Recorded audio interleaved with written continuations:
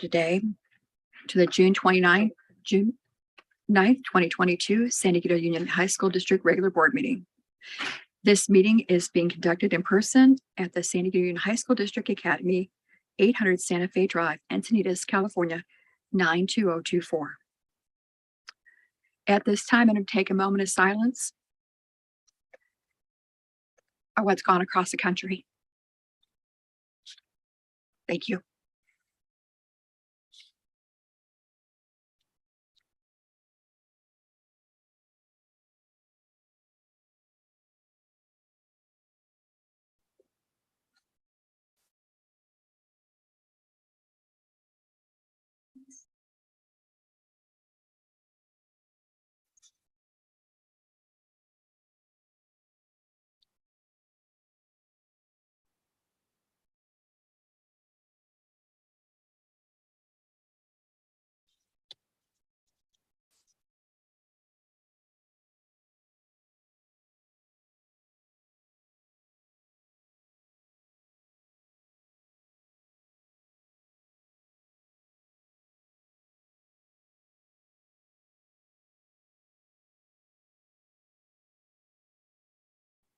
Just want to say I'm saddened about what's happening across the country. And I want to make sure you know your kids are safe with us.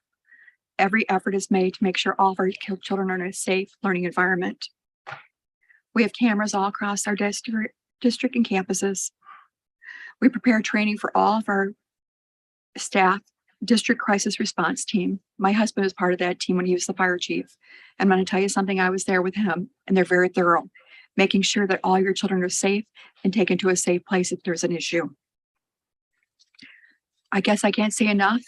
We've done so much for the youth mental health and the first aid training. We've tried to help all of our kids. And if your kids need any help, please contact a counselor or the principal. We want to make sure every child is helped. The staff we have here has made every effort to reach out to your kids. And if they haven't, reach out to us. We want to hear from everyone. Just as a reminder tonight, we are using a different microphone and system, as when the 2 minutes are up, the microphone will go off tonight, and also make sure we can hear from everyone who has something to say. So I want to hear from everyone. At this time, Trustee Young will lead us in the Pledge of Allegiance. Please rise. Our heart, ready to begin. I pledge allegiance to the flag of the United States of America and to the republic for which it stands, one nation under God, indivisible, with liberty and justice for all. Thank you, Trustee Young.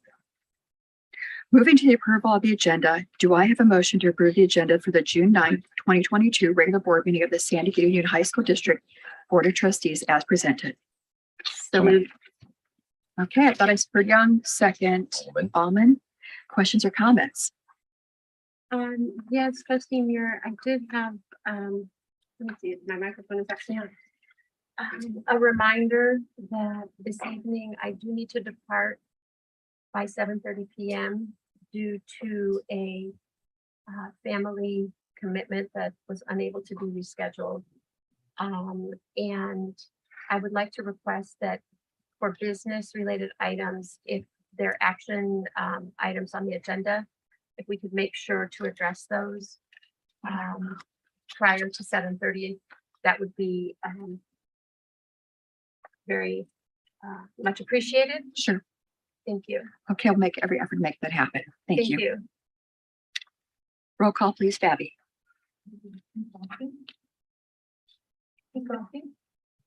Yes. Thank you. I'll repeat it just because my microphone was off. Ms. Bronstein? Yes. Thank you. Ms. Young? Yes. Mr. Almond? Yes. Ms. Mira? Yes, thank you, Fabi. Thank you. We'll now move to the public comment for closed session. Members of the public who submit requests for public comment will be called in the order the request was received. Public comments are limited to 2 minutes per speaker and a total of 20 minutes per public comment period. Fabi, do we have any public comment requests for this closed session? We do. When your name is called, please come to the lectern to give your public comment. Please note that the timer is available on your left. Please call our first speaker. May I ask how many speakers we have? 21. We have 21 speakers.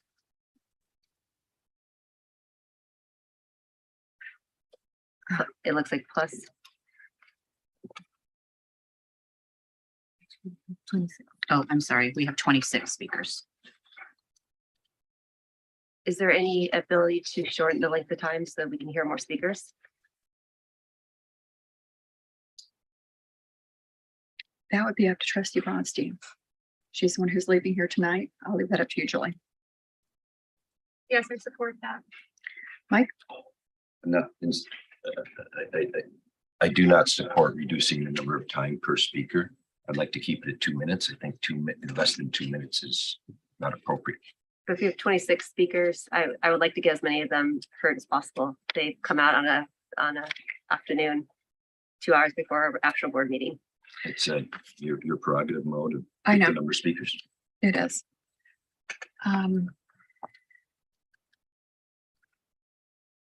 There was an article in the paper about this very thing. So I'm gonna let you know something I can't win. If I let so many people speak, then people are mad because the meeting goes on too long. If I go to the 10, then people say I haven't had a chance to speak. Is that as a board president, it's like I can't win on this, even though I want to let everyone speak. President Beard, may I make one other comment, please, on this topic? Under board policy 9323, there is the option also of taking a poll of speakers for or against a particular issue. And then this is according to our board policy. As I said, 9323, it says, the president may take a poll of speakers for or against a particular issue and may ask that additional persons speak only if they have something new to add. So that's another thing for us to consider, although it doesn't necessarily address who got here the earliest and was able to pull a card to speak. I think that it's really important that we hear from the majority of people who, as Trustee Young said, have taken time out of their busy afternoon. Many people in the audience are working. I know that myself. I'm working. I've taken off the afternoon. And so I really feel that we need to hear from everyone. Any other comments or questions on that? No, that I just agree with Trustee Bronstein. Okay, we'll hear from all 26 speakers. Sorry, I didn't hear what you said. We'll hear from all 26. 26. 2 minutes. 2 minutes. All right. Our first speaker is Mara Leonard.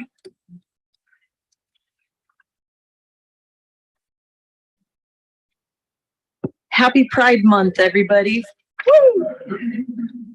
I'm wearing, I don't really have anything prepared like I usually like to. I'm wearing my George Michael shirt because I want to have faith that things are going to get better. They have to get better. And I have some ideas and directions that could benefit all of our students. The first thing is stop spending money on lawyers for reasons we don't have to. We need to spend the money on our kids. I want to stop this politics that are going on that are really getting, it's so divisive. And it was so nice the last meeting to take a minute to talk to people who may have opposing views to mine and share an In-N-Out burger. Thank you for whoever bought those last time. It was really great. But I'm going to be really clear that I really feel that Dr. Ward needs to come back to do the job that you hired her to do. And so that Miss Douglas can do the job that she was hired to do, that she trained to do and she loves, that we can do this. We can make it happen. But I have the microphone and I'm going to say this. If you keep spending money on lawyers, I'm going to have to nominate 2 of you to the San Diego Taxpayers Association for the Golden Fleece Award for paying multiple superintendents, and the exorbitant legal fees. We have to do better. Dr. Ward needs to come back. She's a NASA software engineer. Her kids are amazing. I just saw that at the last one. Oh,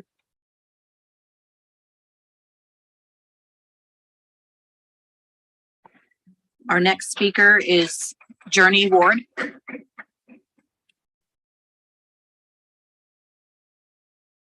right. Hello, everyone. My name is Journey Ward, and I'm the daughter of Superintendent James Ward. Today, I'm here to share a few things about my mother that maybe you didn't know. Before becoming the superintendent of this district, my mom worked as a professor in educational leadership at San Diego State University. As a professor, she founded the Chinese and American Leadership Symposium. I've been to China 4 times. 2 out of 4 of my trips to China, I was tagging along for my mom's work, where we toured rural and urban Chinese schools, met hundreds of charming and enthusiastic Chinese students, and met hundreds of leading educators across mainland China as my mom worked tirelessly to develop partnerships and sister schools between American and Chinese students.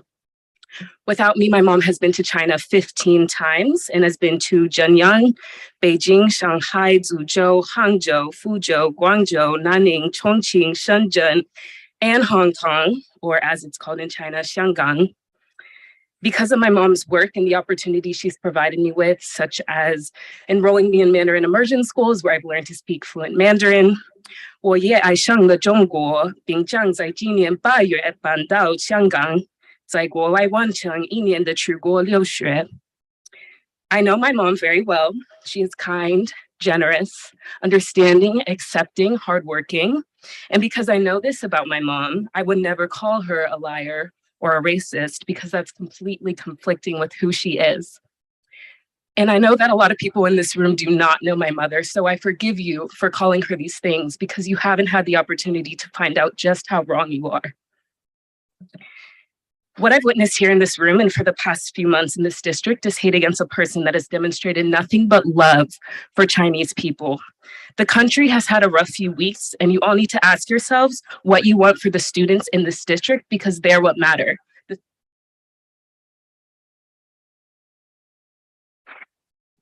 Our next speaker is Marcy String.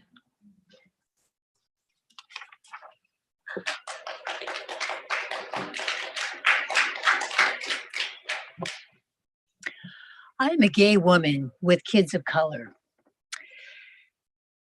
We have never been discriminated against in this school district, nor any other. There's a few reasons for that, but I'll save that for another time. Julie Bronstein, I truly was impressed with you when I met you sitting next to Mr. Pollock in his business class. Your father's an amazing man. Your daughter is a very, very good athlete, and I could see where she could have scholarship potential. But Julie, how would you feel if some guy came along and identified as a woman? And as a result, maybe that scholarship that belonged to your daughter or one of her friends could be taken. How would your daughter feel? Especially knowing that a biological male could be in a biological female sport. My point, if you continue to allow Ms. Ward and her E for E crowd to be in this school district along with her other DEI programs, it's too radical. Something like that could happen to your daughter or her friends. As a parent and a trustee, vote to fire Miss Ward today. The next 2 hours would be perfect. Thank you. Our next speaker is Man Wu or Wu Man.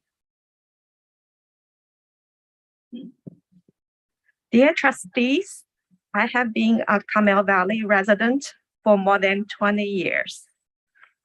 Same as my family and friends, I was so thankful to Mr. Almond, Ms. Mo, and Ms. Bronstein for voting yes to place Dr. Wood on administrative leave. The way of Dr. Wood handling the aftermath of her insensitive remarks seriously concerned us. She kept blaming others for her mistakes and threatened our district with lawsuits. It is her own contradicting words in public appearance damaged her image and reputation, not others. Dr. Ward's lacking of credibility, responsibility, and the willingness to make corrections to her own mistakes disqualify her to lead the SDUHSD. Miss Julie Bronstein and Mr. Katrina Young, you are the two against terminating Dr. Wood. We don't know what you are waiting for. I and my 260 neighbors and friends who can't be here today would like to ask you, please explain why not fire Dr. Wood and please release a statement on our district's website if you still choose not to vote yes to fire Wood. So many students and parents felt hurt and fearful after listening to Dr. Ward's problematic comments. Protecting every student in our district is your responsibility. Hiring and firing is your job. Please do the Our next speaker is Erin Yoon. Erin Yoon.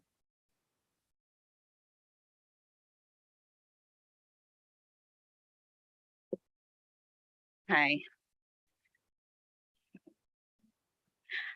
Hello, my name is Erin Yu, and both my children attended CCA. I am here to ask that Dr. Ward be immediately reinstated as our superintendent. I've known Dr. Ward for 10 years as a neighbor whose children played together. She's a kind, generous mother and an educator who's dedicated to the success and well-being of all students. Also, I had the opportunity to work with her as a teacher and saw firsthand the compassionate leader that she truly is. First, I want to address the misconceptions. Cheryl Ward is someone who genuinely cares about others, regardless of who they are or where they come from. I know this sounds like cliche, but it's actually a rare character trait, and that is who she is. To say or even insinuate that she's a racist or a bigot is offensive and untrue. Never in the 10 years that I've known her have I felt prejudice or experienced any microaggression towards my family. As educators, we look at data as a set of tools that can better serve our students, and part of that data is demographics. Dr. Ward always approaches data with the goal of providing support to ensure student success. Her questions for staff were always structured to help facilitate the growth of each child. She would ask constantly, these are our kids. What do they need to succeed in their future? How can we better serve the students and their families? What can we provide for support? She is a problem solver, an innovator, and a compassionate leader. She brought Mandarin to E3, knowing the importance of the language and to provide diverse opportunities to broaden perspectives. In Carmel Valley, we're lucky enough to drop off our children and know that they're safe and academically challenged. And we all came to this school with the idea of providing the best for our children, regardless of where and how we got here. So my hope is that our district continues its excellence with a leader who takes the time to visit each. Thank you. Our next speaker is Stephen Cerruti. Good afternoon, and thank you for this opportunity to speak. My name is Stephen Cerruti. I'm a resident of Oceanside, and I'm currently the lead for design thinking and computer science at E3 Civic High downtown. I left software development 5 years ago to become a teacher, primarily to address the need for more software developers coming from our community, especially from the part which wasn't represented in industry and still isn't represented well today. This year, our program was one of 61 worldwide recognized by the College Board for diversity in both AP Computer Science A and AP Computer Science Principal. My design thinking program recently had a team made up of youth from different communities in San Diego who were recognized internationally for their design thinking projects. I'd love to take credit for these programs, but I cannot. These programs were started by my mentor, who taught me what I needed to know about bringing diversity to education, which was Dr. Ward. I listened in the last meeting to a lot of parents who emotionally, I could tell, were very frustrated and hurt. And I heard them describe Dr. Ward in a way that wasn't familiar to me. It wasn't the Dr. Ward that I saw each day last year standing at the bottom of the steps, greeting each child as they came to school. It wasn't Dr. Ward that I knew, who learned the name of each and every student. It wasn't the Dr. Ward who spent countless hours training her staff to recognize their biases and overcome them. I believe that as an outsider, that I can see that this community has some serious divisions. I believe that Dr. Ward has the talent and the passion and the experience to help you to overcome those divisions and to become whole. I strongly encourage you to reinstate Dr. Ward. Thank you.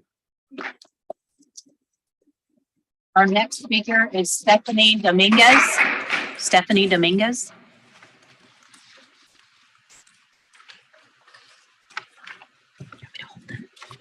Good afternoon, board members and community. My name is Dr. Stephanie Dominguez, and I'm an educator in the San Diego County. I have known Dr. Ward for 10 years. In fact, she was my professor and successfully helped me complete my dissertation in educational leadership. My experiences working with her have been positive and inspiring.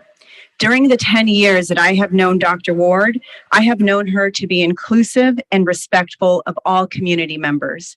She is a leader that consistently looks towards the future for the purposes of preparing her students to be knowledgeable and competitive in an ever-changing job market. She is a leader that doesn't just lead from an office, but rather leads from the school sites. She knows and understands the challenges and successes of the students, teachers, administrators, and staff that she serves, and uses her knowledge to improve organizations. She is a leader that encourages healthy dialogue in an effort to create a more inclusive culture. Ultimately, she is the right leader for this school district, and given the opportunity, will use her talents to continue to uphold the great work and reputation of this district. As such, board members, I encourage you to reinstate Dr. Ward as superintendent of the San Diego Union School District. Thank you.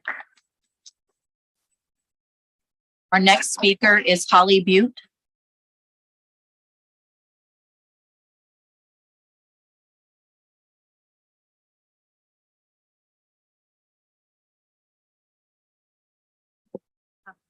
I'm a parent of a junior at SDA. Oh, sorry, she's a senior now.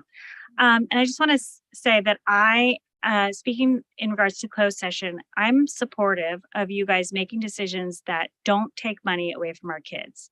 So whatever decisions make the best interest for our students, I support that. And I'm not in support of excessive money going towards litigation. So thank you. Our next speaker is Lori Francis.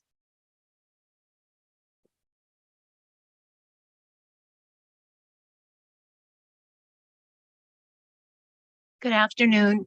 Thank you all for your support this year in getting our students through. I have 4 students that have gone through Earl Warren, Carmel Valley, Torrey Pines, CCA, and have had fabulous experiences. So thank you to the teachers in this school district.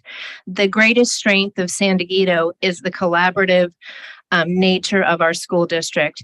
And I would like to get back to those basics of working together collaboratively to make great things happen for students. I cannot tell you how elated I was when I heard that we had secured Dr. Ward as superintendent of our school district. I had known of her from my days in San Diego City Schools as assistant principal at Muirlands Middle School. Her reputation preceded her. And I had an experience with her when I was principal at Del Mar Hills Academy, when Dr. Ward came to see me about bringing a Mandarin program to Del Mar Union School District. And she had a vision. And while we couldn't bring that program to the school day, she worked with me and the school district to make that happen because she was always forward thinking and always innovative. And in the short time that she had her tenure in our district until she was placed on leave, amazing things started to happen. I saw her twice at my school at Degaino in my classroom, talking to kids, working with curriculum, forming an innovation committee, bringing a DEI committee to our district. We're probably the only district that didn't have an equity committee or a race relations committee. We're in the state, and she's having those tough conversations, looking at subgroups, looking at data. And I just wonder if that question was asked about performance and subgroup data, why wasn't it followed up with, then how do we level the playing field? Our next speaker is Armida Lopez. Oh, sorry.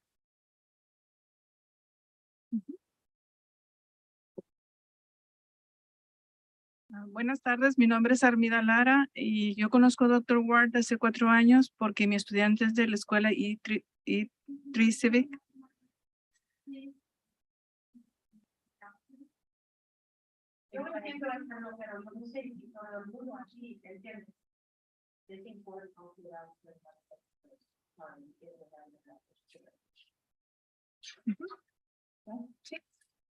Ok, buenas tardes, mi nombre es Armida Lara y soy una madre de un estudiante de la escuela E3. Yo conozco a Dr. Ward durante 4 años y estoy muy agradecida por su trabajo, muy profesional, asiste muy bien a los estudiantes. No, I I should- was letting her pause. She's So sorry. I ended it. I apologize. Pues, señora Lara, ¿me podría permitir traducir lo que ha dicho? Sí, claro. Okay. Adelante. Buenas tardes, mi nombre es señora Lara.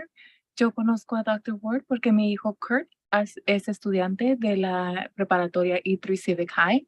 Mi experiencia con Dr. Ward is, oh, I'm sorry. Yeah, other way, English. Yeah, other way. I'm sorry. I'm very blind. I was covered. Muy bien dicho, señora Lara. I apologize. Good afternoon. My name is Armida Lara. I have a son at E3 Civic High, and I've known Dr. Ward for 4 years. My experience with Dr. Ward is that she is caring, kind, and continúa, señora. Ajá, muy amable y ha ayudado mucho a mi estudiante para socializar porque él tenía problemas de convivir con las demás personas y es algo que yo aprecio mucho y lo valoro y estoy muy agradecida. Dr. Ward has been able to help my student Kurt to come out of his shell and socialize more with other students, which is something that he struggled with. And for that, I am immensely grateful. Our next speaker is Arturo. I can't read the last name. I Lara. apologize. Oh, Lara, sorry.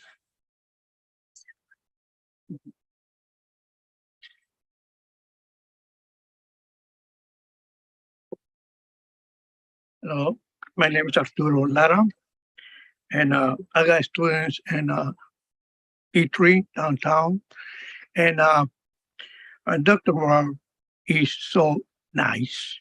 He's so light in the school. He knows everyone in the school. At the beginning in the morning, she was outside by the front door, keep an eye each one, and she knows every single boy and girl. She helped everyone, no exception, even with the teachers. Explain. Good. I love her, and we miss it when she left.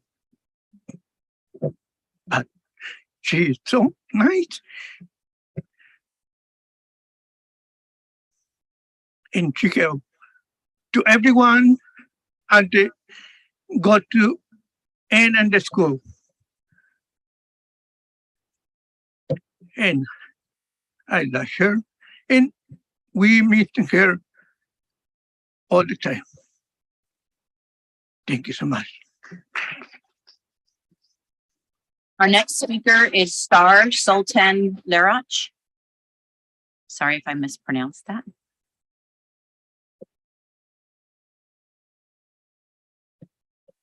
Good afternoon. My name is Star Sultan Larak. I'm a 30-year resident of Rancho Santa Fe. My son went to the Roger Rose School. I was a founding trustee of Pacific Ridge School in Carlsbad, and I served on that board for 2 terms. I helped find a head of school there, hired teachers, set the curriculum, and my son and Mr. Allman's son were at that school as founding class at about the same time. They're about a year or 2 apart. Anyway, I am here to support Dr. Ward. I am a lawyer, and my son went off to Columbia University. And when he did, I became a mentor and an advocate for 8 refugee boys from Myanmar. They were born in Thai refugee camps, and they live in City Heights. Dr. Ward helped me over the past 4 years bring them to E3 Civic High. Each one graduated with honors. They got college scholarships to USC, UCLA, San Diego State, UCSD, and Harvard.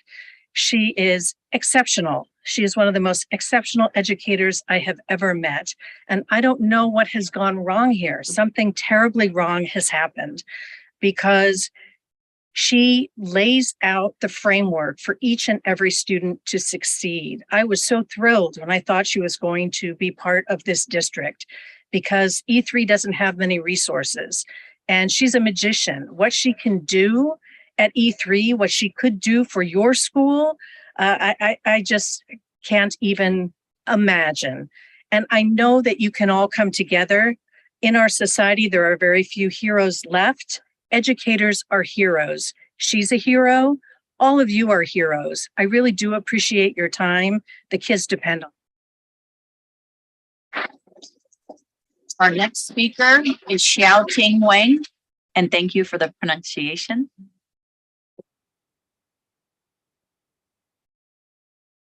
Dear board, thank you for giving me this chance to speak about this issue. I'm here today to request the board terminate the appointment of Sheriff James Ward from the superintendent position in SAP. So to that beautiful lady, she just told us how great Dr. Ward is as a mom. I truly believe her. So if Dr. Ward has shown the same respect and understanding toward the Asian community, especially the Chinese community in this school district, we don't even have to be here. All of your supporters talk about so many things about how good she used to be. Yes, I believe you. None of them touch the key issues. Why we are here today? Because of the controversial comments she made, the words coming from her mouth. None of you talk about that. That's the key issues. I want to ask you, do you agree with what he said? Do you agree Asian kids doing well because their family is rich? Do you agree with the way she described us as outsiders, intruders? Seeing a large influx of Chinese family move into this community side and move into her word, our home, our community. Why we are being contributor to this community? You still treat us as outsiders. If you think that's okay, I'm telling you, my third grade son, my fourth grade daughter doesn't think that's good. My daughter asked me when she heard what she said. She told me, "Why we're not rich?" Why she said I'm doing well because I'm doing well because I listened to what my teacher told me. So I did what my teacher told me. I listened to what they told me, and then she cried. She said, "Why she describe us outsiders? Why?" I want to ask you the same question. Why you treat us with this different standards, double standards? If it's her comments were made towards any other minority group, if Boston trustee Young said, "Oh, a large influx of black people, black families move into my home, my community," and say, "Will you still stand?"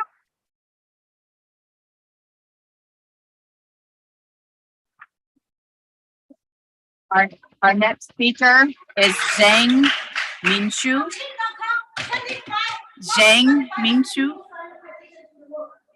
Zhang, Z-H ENG. Sorry. Yes, yes.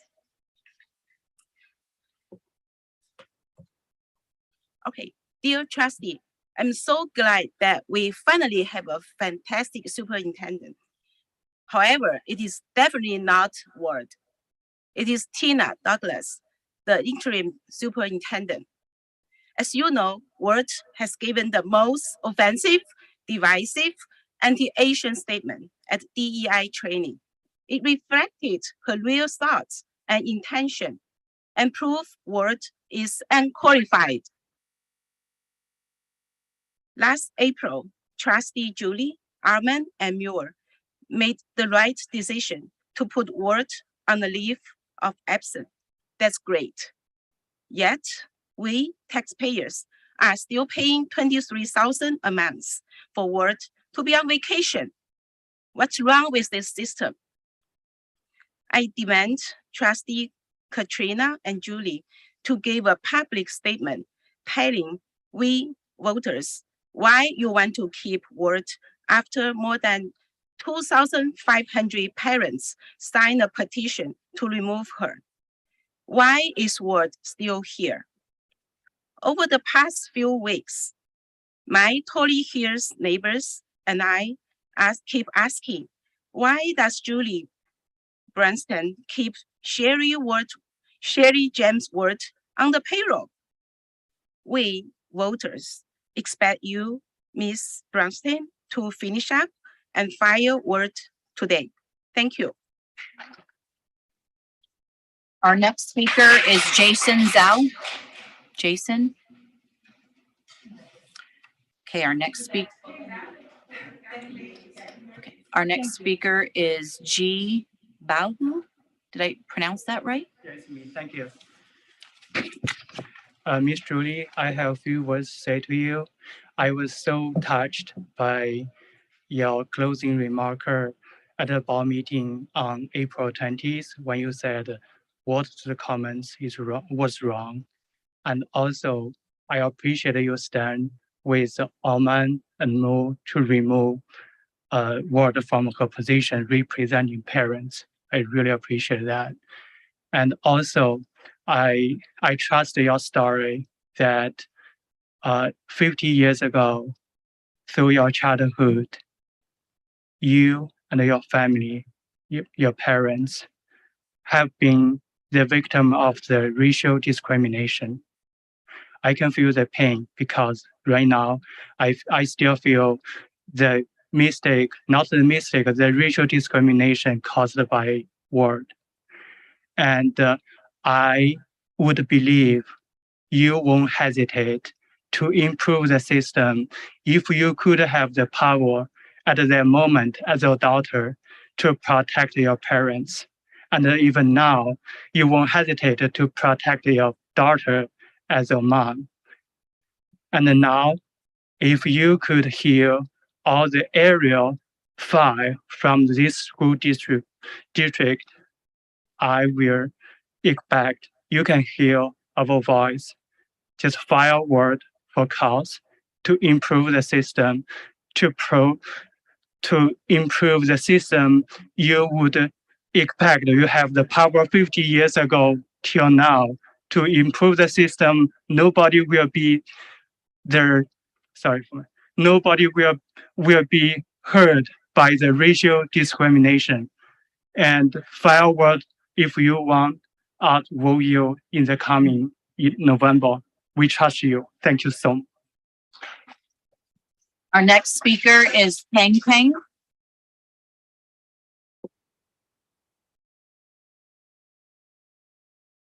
Dear board, hi Jamie, do you remember me? No? Okay, try to remember me, my face. And your brother, yeah, remember me. Dear board, I'm from District 5. Education is about affirming individual efforts, discovering one's potential. Word denies personal effort, and when the president mentioned the main factor of personal effort was the key, Ward asked the president to wait, arguing that money plays the major role.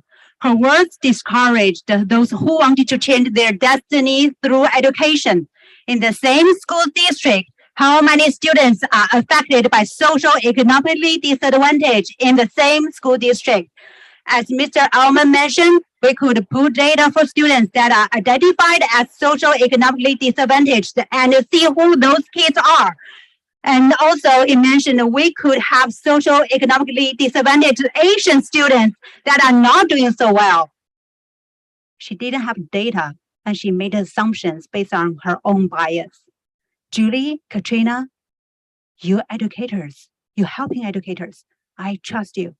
File work today. Save money for the district. Thank you. Our next speaker is Elsa Cruz.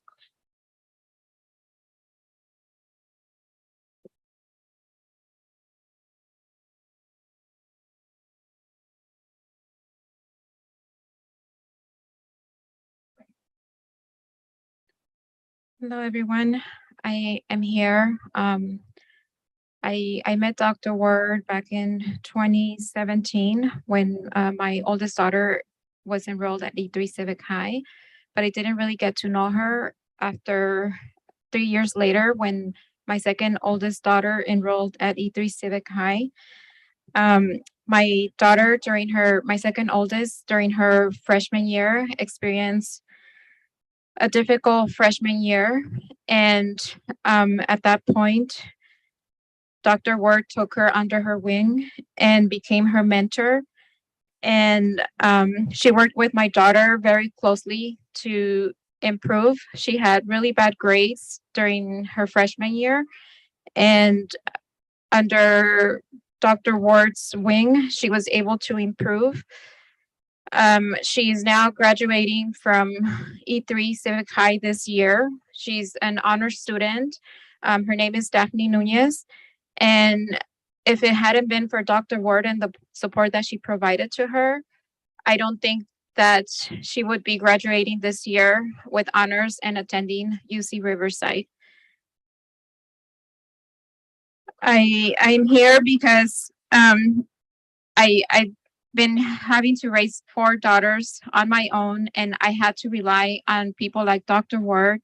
When my daughter was assigned campus beautification, she had to stay after school, and Dr. Ward allowed her to stay in school until I got off of work to pick her up. She's been detrimental to her growth, and her support didn't go just to her being in school or when she was at E3. Her support now extended to. Thank you. Your time is up. Our next speaker is Carol Chang. Carol Chang.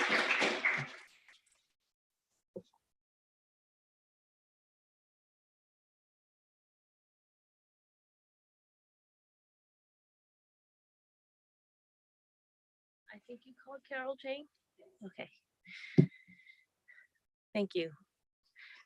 Language is a critical part of experiencing discrimination. I have seen the average American mindset, language, and demeanor toward Asian Americans change. The kinds of racist or ignorant remarks my children face are different from what I experienced growing up, but it's still present. My experience over 40 plus years of living in America has taught me an important perspective that I carry with me to assess a myriad of situations. Intent.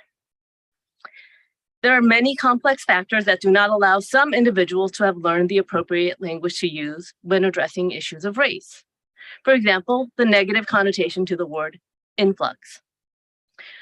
But for me, intent is a good gauge of whether someone is truly racist or simply unlearned. And this matters. Ward made racially biased comments, and I understand the disappointment in what she said to news organizations after she was placed on administrative leave. I believe these events have shown us that it is important to train SDUHSD employees, students, and trustees about diversity so that we can be sensitive and mindful about the words we use to characterize racial minorities.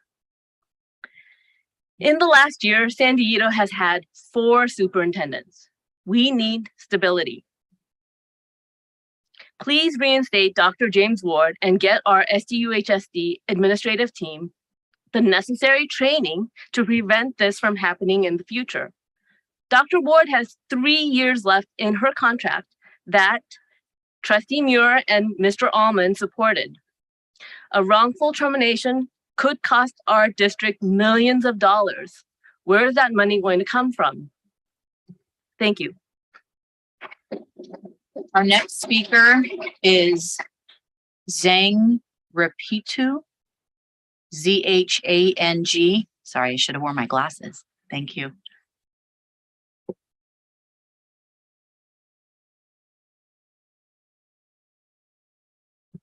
Good afternoon, everyone. My name is Renping Zhang, and I'm Camel Valley resident with 2 children attending to school in this school district. Today, I'd like to take this opportunity to ask Dr. Ward 2 questions. Even she's not here, but I believe she will get the message. Dr. Ward's remark in her community in Camel Valley with large influx of Chinese families moving in, sight unseen, really shocked me. Dr. Ward, how can I convince my children we belong here when our neighbors like you see us in this way? And how can I assure my children the school is safe when the district superintendent making the comments like this at a teacher's training session? We talk about student first. That includes all students regardless race and ethnicity. I cannot imagine an educator making these kind of comments and refuse to admit the wrongdoing gets reinstated without any consequences. So I urge the board members to terminate her position as a district superintendent. Thank you. Our next speaker is Lily Wan.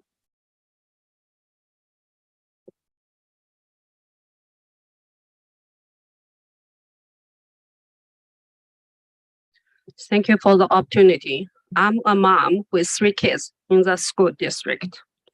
I appreciate all good teachers with integrity in school district. And I'm here to ask board to make a decision to let Dr. Ward go for her remarks to single out Chinese moving into our home. A sunny afternoon in November last year, in Pacific Highland Plaza, my neighbor told me her 11th grade son has to face 3 teenagers bullying with middle fingers, ask him to go back to China. He shrugged his shoulders and walked away quietly. A few days after Dr. Ward's remarks, my daughter watched Dr. Ward's video clips circulating among students. She commented, "Racist." I asked, what does she think? She shrugged her shoulders and flipped her hands as it was telling me, "Nothing I can do. Dr. Ward is a superintendent." I was deeply hurt and concerned by the school district that allowed Dr. Ward still be the superintendent. I'm concerned with the fact that with the rising Asian hate crimes, Dr. Ward single out Chinese families moving into her called our homes. And she fueled the hate environment. As an educator and authority, she denied the efforts that we made for the community. Her remarks boosted unsafe environment. Our next speaker is Yin Xingying, Y-I-N-X-I-N-Y-N-G.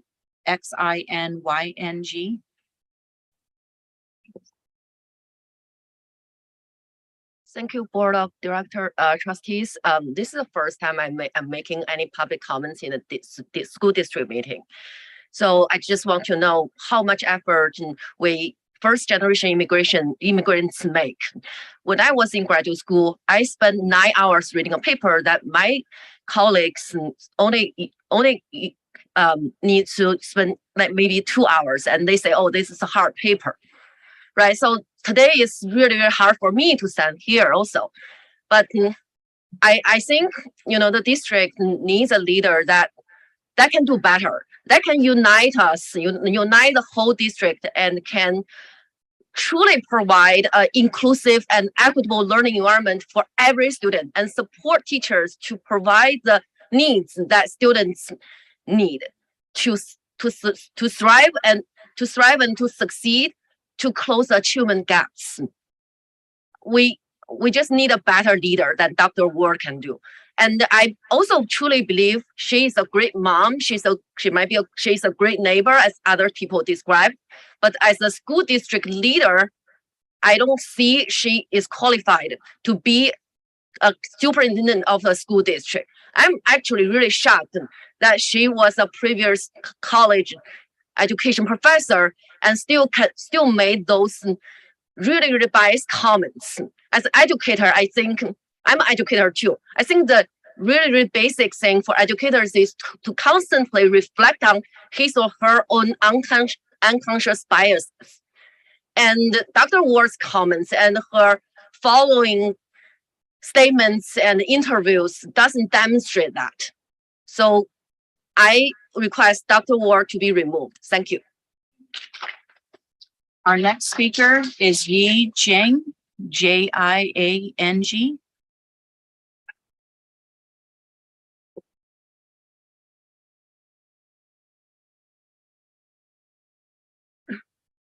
Good afternoon, board and everyone. This is my third time speaking at the board meeting. The first time I spoke, I requested Dr. Ward to resign because her damaging remarks made her unfit to be our district superintendent. The second time I spoke, I requested the board to terminate Dr. Ward's position because she herself can double down and refuse to hold herself accountable. As a parent, I come to the board meeting. I want to listen and learn. I want to be more engaged with my children's education. I don't want to come here, fight activist-funded political machines. I just want my voice to be heard. Trustee Brownstein, I'd like to speak a few words with you. I live in your district. I have talked to many parents who are as concerned as I am about this Dr. Ward's incident. They are all shocked and they are all awakened. They have realized that actually the importance of the school district board election. So this year you can expect a much higher turnout, November. And the parents I've spoken to, I think they are going to make very informed decision this time. And they're going to vote for a trustee that with principles and with good judgment. So I believe, I trust you are going to make the right decision, and please do the right thing and earn your voters' support. Dr. Ward needs to go. Thank you. Our next speaker is Melissa Fischel. Melissa?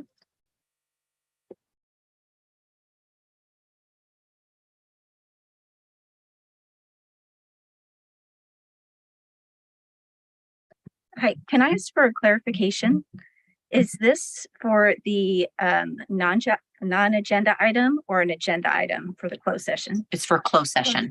Okay, because there was two different slips outside. One was for closed session agenda item and one was for closed session non-agenda item. That comes later in the meeting. Okay, so we are in closed session. Closed session, correct. Okay, again, there was closed session and there was two different slips. Closed session agenda item and closed session non-agenda item. So which of these slips am I talking to? This is closed session agenda. Can you tell us which one you're going to talk about? I will. Curious why no one else was, but at least we're clarifying. My name is Melissa Fischel, and I'm here to speak on item 3B on the closed session. I request that the board settle the Chang and Montez versus San Diego Union High School District lawsuit. Chang and Montez put the suit forward when certain board members thwarted proper protocol, ignored the warnings of parents and residents that the redistricting maps were problematic, and pushed forward maps that were attempting to push out board members and silence voices of Area 3 and Area 5 residents and families.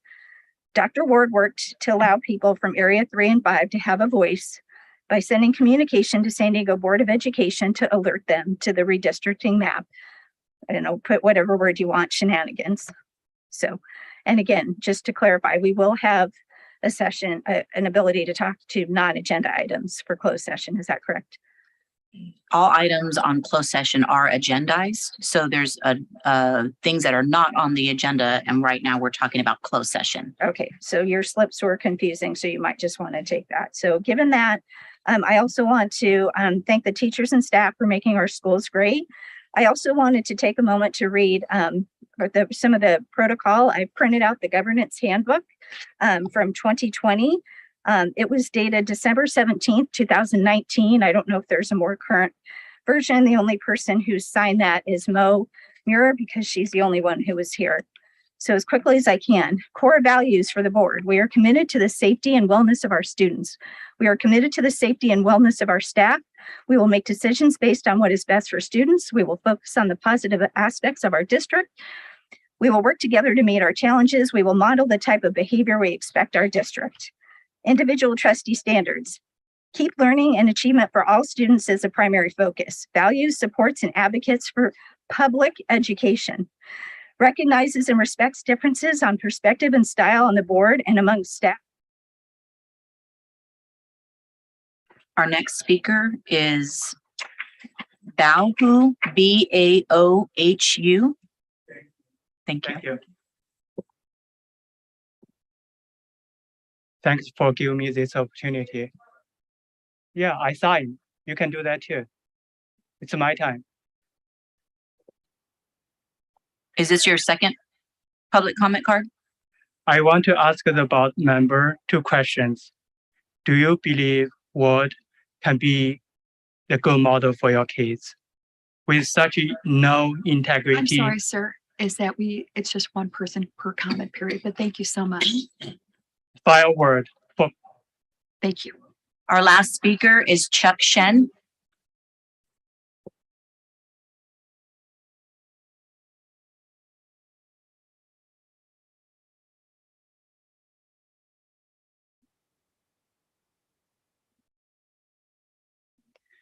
Good afternoon, everyone. Money, money, money. This is the superintendent Ward's answer to why Asian students do better, right? We all know it's wrong. Money, money, money. For some people, money comes up again as a convenient answer why the board should reinstate Ward. It saves the money for the school district and taxpayer. Is it again about money this time? Let me tell you, there's something money cannot buy: dignity. Many Ward supporters are suggesting Asian American community should be forgiving, as Ward made her deepest apologies multiple times. But now, with Ward taking back those apologies, because she said she did nothing wrong. These Ward's supporters lose their arguments as Ward now claim she did nothing wrong, right? So they start to talk about the money. No matter how much Asian American community got hurt, no matter how much damage it was made, they argue we should all move on for the sake of the money. Is anyone here find that offensive and insulting? Is this how we are going to teach our kids? Also, union how this got started, right? So the union voted 98% that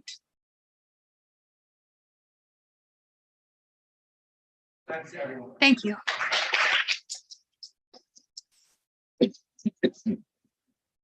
Just want to say is that I'm glad you all came out tonight, and I know it's a hardship. Your kids are at home. They want you to come home, and you're excited about vacation, and you're getting ready to go somewhere. Your time is important, and I know coming here took a lot of effort, and I appreciate that. And what you said, I do feel I can hear what you're saying, and I think about it after these meetings. And it means a lot to me that you're here and took time away from your family. Because let's face it, that's the only thing that matters is your family. So now we'll go to board, we'll now convene a closed session to discuss closed session agenda items 3A through H. And we'll reconvene to open session at 5 o'clock. Thank you for coming tonight. I really appreciate it.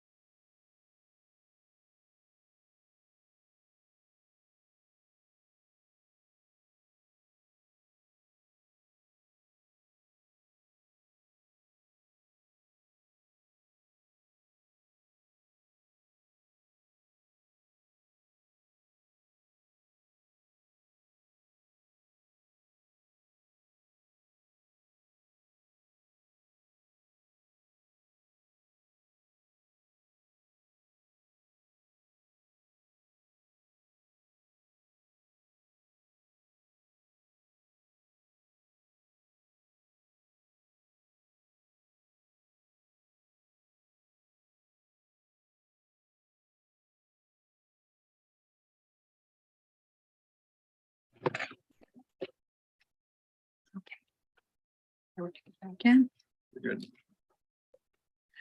The meeting is now reconvened. We have nothing to report out of closed session, and thank you for waiting. I just want to let everyone know we've got look forward to developing a more robust and supportive of our students with our college admission. And we'll be launching an application essay boot camp on June 16th for rising seniors to ensure they approach the all-important application essays to plan and distinguish themselves from all the other well-qualified applicants. I hope you will continue developing additional programming support of our students. That is the SDUHSD College Prep. It's on our website. Please make sure your junior does go in and look at the website. It's a great, talks about your essays and getting to college. We want to make sure that all of our kids are ready to go and know what's coming up and that it's an easy process and they won't be stressed out getting into college. And at this time now, we'll hear from our trustees and our interim superintendent, Mr. Allman. Thank you, Mo. So over the last few weeks since our last meeting, had the joy of participating in the graduation ceremonies at Torrey Pines High School and at Canyon Crest Academy High School. Great day for everyone, lots of celebration. Students were happy, heartfelt speeches from everyone. It was a great time. Also participated in the graduation ceremonies for the 8th graders at Oak Crest Middle School. And that was a lot of fun as well. So continue to work on district business, working with Mr. Marcus on ISPE. I'm looking at our policies on inter and intra-district transfers, and a number of other things. Had the benefit of actually coming to San Diego here, where I helped judge the ocean acidification science project that they had. So still being very active along with all the other stuff that's around the board. So that's how I've been spending a bunch of my time. Good, thanks, Mike. Julie? Good afternoon, everyone. Oh, let me put this microphone on. Thank you for coming out today. First of all, I would like to acknowledge that June is Pride Month, when the world's LGBTQ communities come together and celebrate the freedom to be themselves. Pride gatherings are rooted in the arduous history of minority groups who have struggled for decades to overcome prejudice and be accepted for who they are. And I would like to state publicly that I do stand in solidarity with our LGBTQ students and staff. In addition to that, I'd like to point out that Juneteenth is coming up on June 19th. And for those who aren't aware, it's a federal holiday commemorating the emancipation of enslaved African Americans. And it's originated in Galveston, Texas, and has been celebrated in various parts of the US since 1865. In terms of my activities as a school board member over the past month, I had the pleasure of attending the induction colloquium, which recognized and celebrated our year 2 induction teachers and their professional growth. The keynote speaker was Chevée Jones, the Executive Director of Human Resources, overseeing teacher effectiveness and preparation. And she was quite inspiring as a speaker. I also had the pleasure of attending Mr. Pollard's business class at CCA, where I had the opportunity to judge different business plans of students. In addition to that, I got to come to this campus at SDA out on the quad, where I participated as a judge for the lip sync contest, the lip sync air band contest. And basically that's students who are taking different world languages who act out through song and dance, the music that from different countries. And it's a lot of fun. I highly recommend it. In addition to that, right after the lip sync air band contest, the SDA March for Our Lives Club hosted a student walkout for gun violence prevention. And I was also very happy to be able to attend that. I'm aware that the students at CCA also hosted a March for Our Lives Club student walkout, and I would compliment the students for expressing their voices in this matter. In addition to that, I attended the CCA Envision Visual Arts Show, where I saw many beautiful paintings, pottery, and clay work. I also attended the exhibition at San Diego Academy once again, where the students were selling jewelry that they had made, different crafts, delicious baked goods. It was really a great time. In addition to that, I'd like to mention that the CCA Envision Cinema short films, there were 3 films that won outstanding honors, including the best of winner film. Well, you know what, because time is getting short, I'm going to just switch back here. Lastly, I did attend the graduations for PTMS as a mom, and then the other 3 as a school board member for Carmel Valley Middle School, Torrey Pines, and CCA. And last but not least, I was also pleased to attend the retirement of Cindy Schieber in order to thank her for her 20 years of service to the district as administrative secretary in business services. Thank you.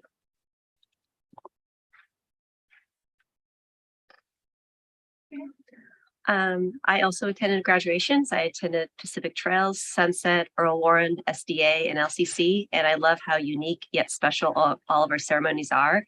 They are wise, sweet, fun, funny, heartfelt, and very student-oriented. So I want to say congratulations to the class of 2022, and I wish all of them continued success and happiness in all their future pursuits.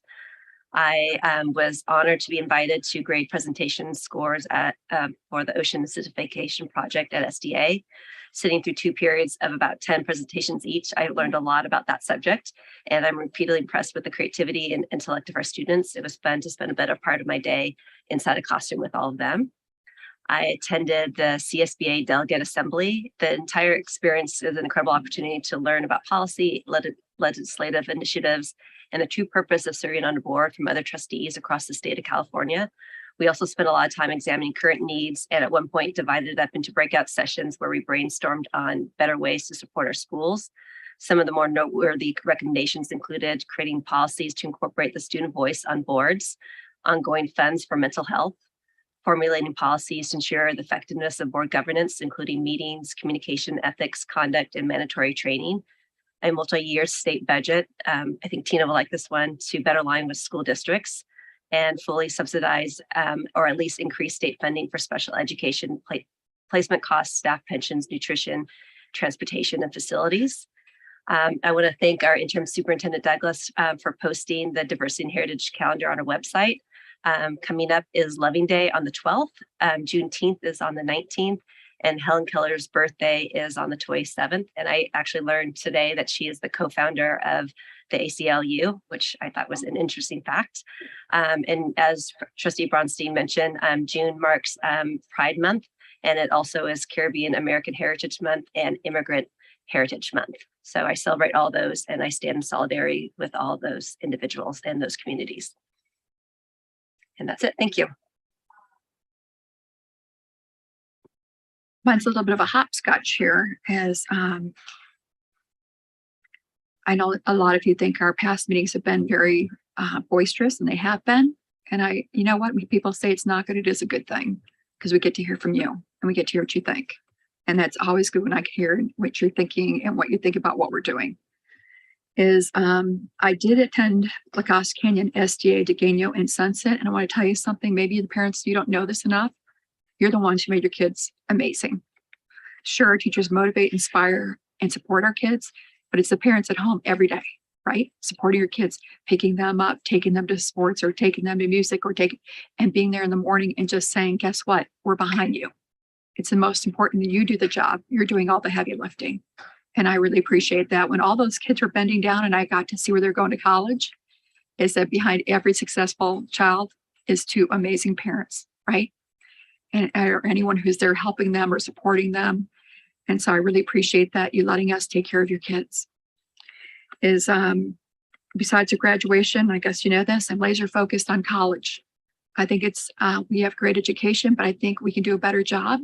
It's not a better job. Our counselors are doing a great job, but I know that people still go out and look for ways getting their kids in college, and I want to support that.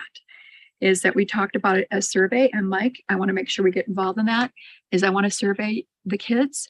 And when I survey parents, what have we done well? What haven't we done well? And it's okay to know those things and for us to build on that. And so I appreciate that. I've been busy talking to parents about a lot of things, about college funding, what they think we could be doing better, and I'll bring that back to you. And also I've been meeting with parents about the pools. If we could get a pool in the north and the south, it'd be amazing. That would be something for all of our kids. So I want to thank you again for coming tonight. Okay. We did it. Got to the end of the school year. If you wouldn't mind pulling up the PowerPoint presentation and just kind of rotating through the slides. I'm not going to go slide by slide. I went to several of the same things that our board members attended, so I won't repeat what they have gone to because I was also participating as well. I'm very grateful for this community, for our staff, our classified employees, our teachers, that in spite of everything that has been going on, the support that they have given to our students to get them to the finish line has been phenomenal. And so I just want to thank all of them for that. These two amazing young ladies that you saw on that slide, Ava Barbano and Bibi Koenig, they designed t-shirts for our school bus drivers in the transportation department. And so we went out and posed in front of one of our school buses for them. So a shout out to them and thank you very much. We did attend all the graduations. It was a fantastic end to the school year. Still impressed with all of the students and their speeches. It just amazes me. I also want to give a shout out to Ryan Sweeney. He was just awarded, he's one of our students from CCA. He was just awarded a 2022 Broadway San Diego Award winner out of top 20 high school musical theater performers. So he's going to be moving on to the Jimmy Awards and compete on a Broadway stage in a national competition. So shout out to Ryan on that. Congratulations. And that sums up my report. Thank you. Now we'll hear from Executive Cabinet, Dr. West. Is she here? She's not here today. Okay, thank you. Brian?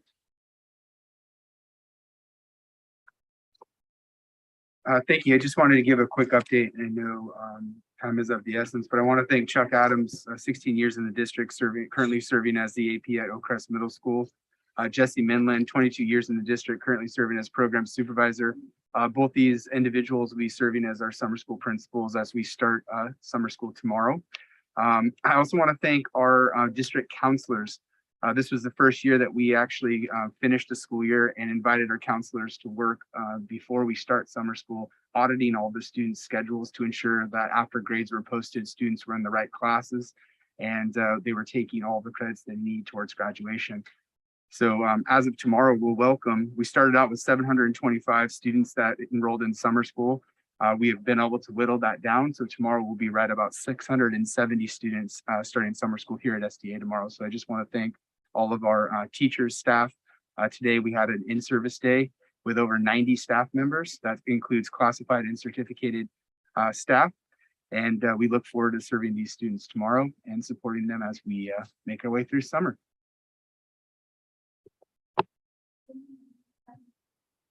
Yeah, so yesterday and today we hosted a restorative practice training with the San Diego County Office of Education at the district office. We hosted around 20 staff members, and this format was new to us in that we offered a trainer of trainer format so that in the future we will now have in-house staff to run the restorative practices workshop. I also had the opportunity to attend Pacific Trails, Oak Crest, Canyon Crest, and the Coast Academy graduation. If you ever get a chance to attend the Coast Academy graduation, it is unbelievable. It is just a fantastic opportunity. It's always great to spend the afternoon with our graduates, seeing the joy and excitement as they cross the stage. What I love to see is the diversity of future schools represented as our students walk the stage, from the University of Idaho to Oregon State to Santa Barbara City College. And I think I even saw a gap year on one of the caps. I just cannot say enough for our graduates, and I really want to congratulate the class of 2022. But more importantly, I really want to thank our staff of teachers and counselors and principals and administrators. This was a heck of a year, and they really hung in there, and I just cannot thank them enough for the work that they've poured in supporting our students this year. Can I just make one comment too? In the superintendent's update with the presentation and the slides, because we had to post at a certain time, not every school is represented in terms of graduation. We didn't forget you. We just didn't have pictures in time to put in the presentation. Okay.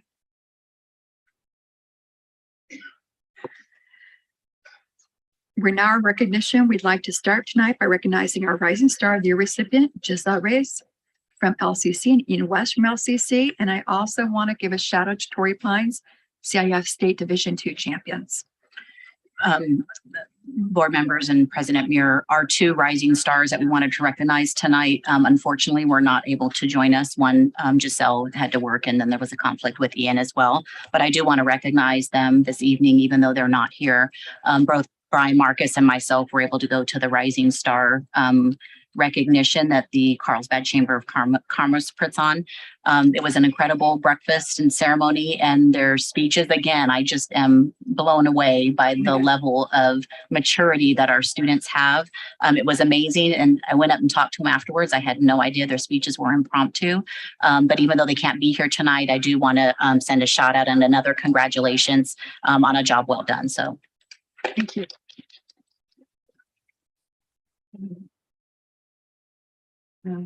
At this time, we have Nancy is here, Perry Sheridan. She needs no introduction. And so I want to let you know is that she is part of our San Diego Alliance. And also, if your kids are interested in medicine, my son participated in the Young Leaders in Healthcare. And it was amazing to your program about getting into healthcare and how to manage it, being someone who owns a business.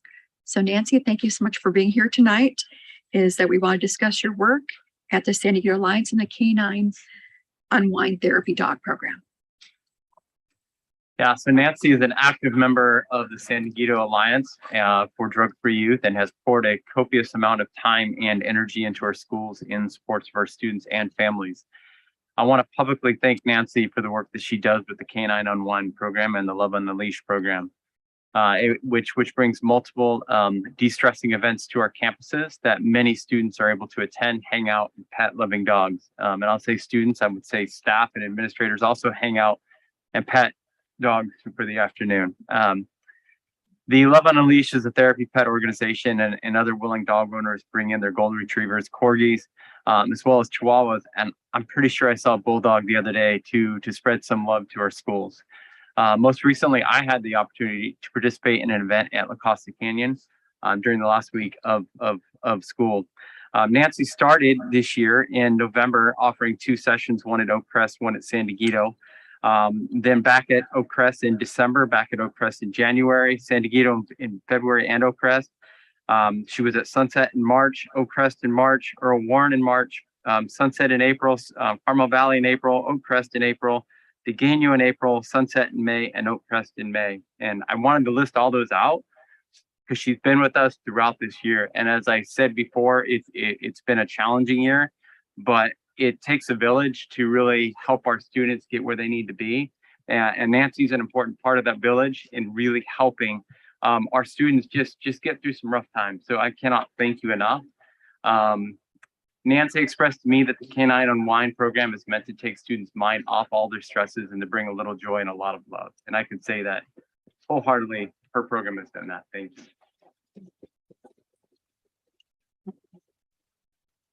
Yes.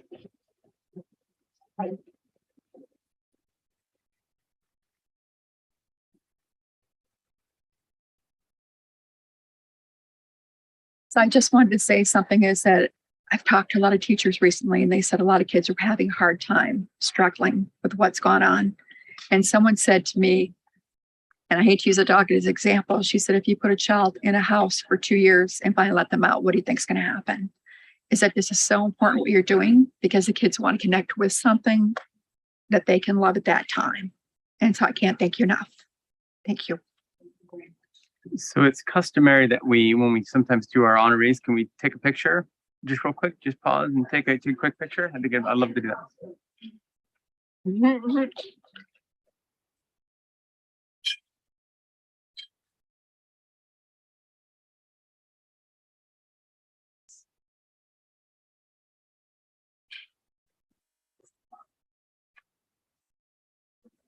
This way.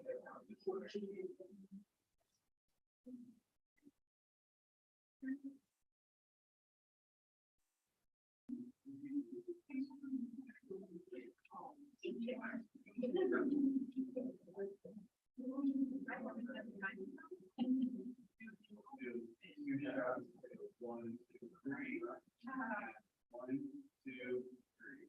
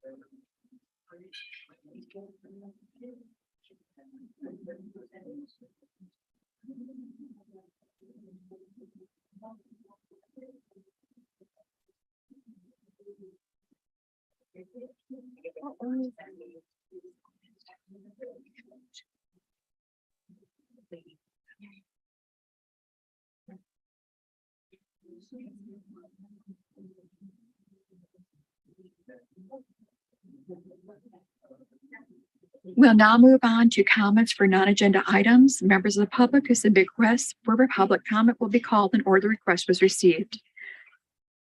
How many comments do we have? We have 14. Okay. Public comments limited to 2 minutes per speaker. First speaker, please. First speaker is Mingju Zhang. Yeah.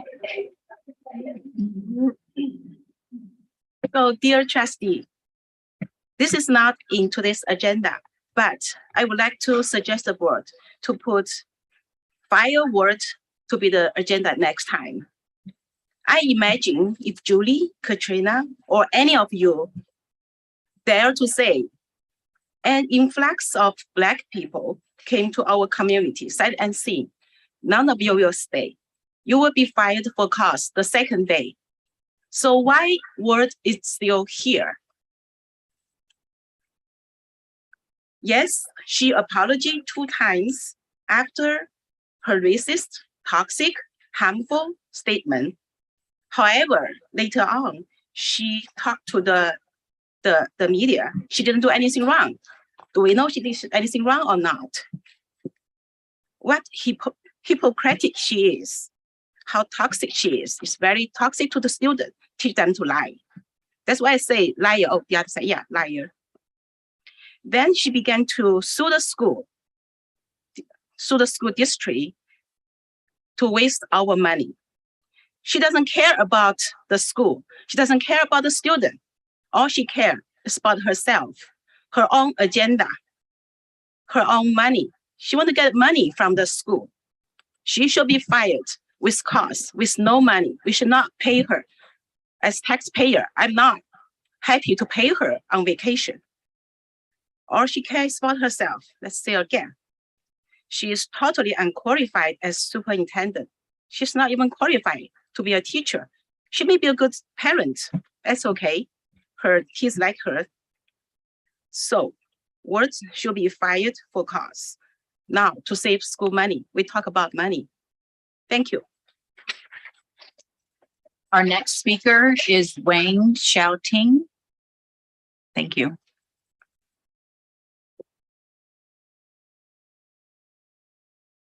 So dear board member, forgive me to come here a second time after speaking in the first time, because it's really, I came to this board a third time. Finally, I have the chance today to talk. So I have to make my voice to be here.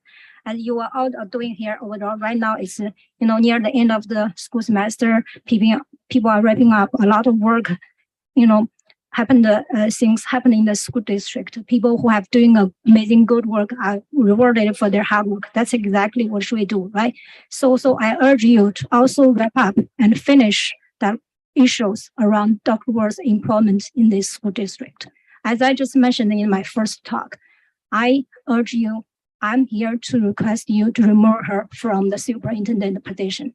So you may think that's just my own opinions, but in my previously, I gave the board a copy of the petition, which was on change.org. There's 2 petitions on change.org. One of them to ask to bring Dr. Ward back to the position. The other one asked to remove her from the position. The first one has about 500 signatures, people signed. And the second one has more than 2,500 people who signed that 5 times. I know many of you have personal relationship with her. You know her family. You know her son, her daughter.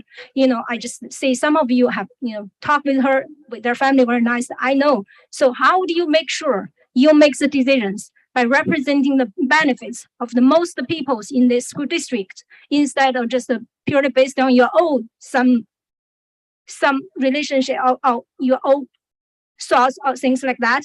So I gave the copy, and so anyone who's interested to see that, I have multiple copies here. Come to me. I'll be very happy to show you that. Okay, one is 25,000, the other is 500. I know there's many of her supporters also here. Thank you. Your time is up.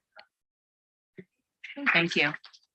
Our next speaker is, I'm not going to pronounce this right. I think it's B-A-O-H-U-G. Bahu. Thank you. Thanks. This is my second speech today, and I asked the whole afternoon off from the job. I do not have to do that if there's any caused by word. I still have something to say to the board trustees, and usually I'm full with respect to all my teachers, and also leaders, but not word, because what she said, we all heard what she said and the way she said it, and we probably I won't just repeat that part that many of you already heard that. Now I would like to ask all board member trustees the 3 questions. Do you believe word can be a good model for all your kids? The second question is, can you allow your kids or yourself to say the same words without taking any responsibility? The third question will be, do you want to have someone lack of qualification to serve this school district with more than 13,000 kids in the middle and high school? If not, please file word today for cause. Otherwise, you are no better than word herself. Thank you. Our next speaker is Chuck Shen.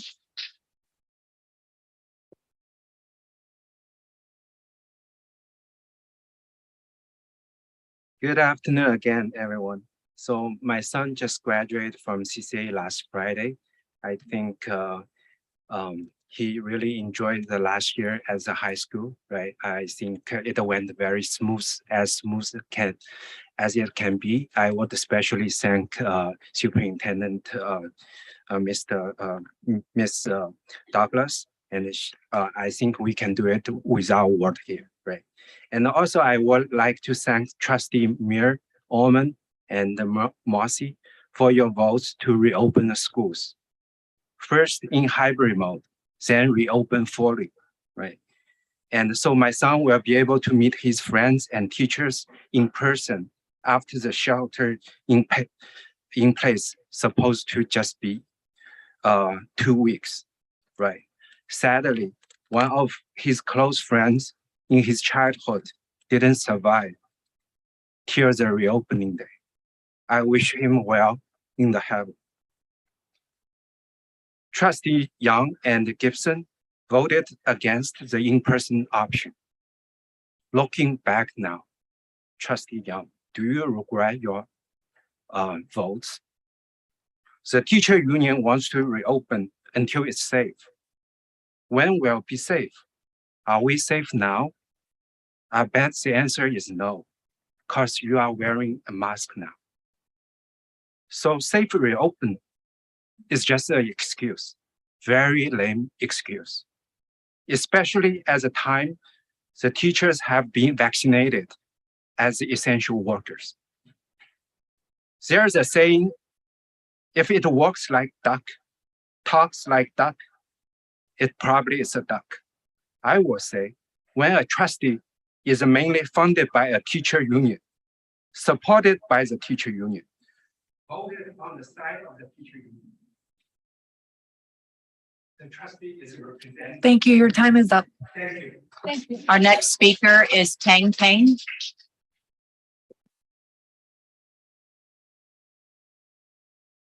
Dear board, thank you for giving me this chance to speak. I regret my last speech, I forgot to give sum up to Mr. Alman and President Mo. You did a great job to correct someone's mistakes and you stand out and standing for us. Thank you so much. And the next topic I want to talk about is my neighbor. He graduated from USC, University of Southern California, 10 years ago. And his friend was murdered, nearby the campus. And he wanted me to read this. Prosecutors said the suspects in USC student Xinran Ji's murder told the police they targeted Ji because he was Chinese and assumed he was rich. Okay, I finished this one. The next question I want to kindly ask Tina, how many years have you been working in this school district?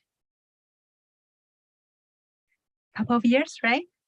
So I think you know the school district, you know the student body, you know our challenges. I trust you. You can unite this school district. We believe in you. Thank you, board. Thank you. Our next speaker is ZHANTI. I think is the last name. Renpintu, RENPINT. I'm sorry. Good evening, everyone. Hello again. I watched Dr. Wall's interview and was deeply impressed by the story she told about her son getting demerit and how it worked out nicely after the communication between her and the teacher. No scar left for the kids. He was lucky to have an educator willing to listen and improve. Now it's our turn, but what did we get? Dr. Ward's initial statement was factually flawed, but we are all human. She has been offered multiple opportunities to apologize. Unfortunately, she did not take it seriously and refused to admit doing anything wrong.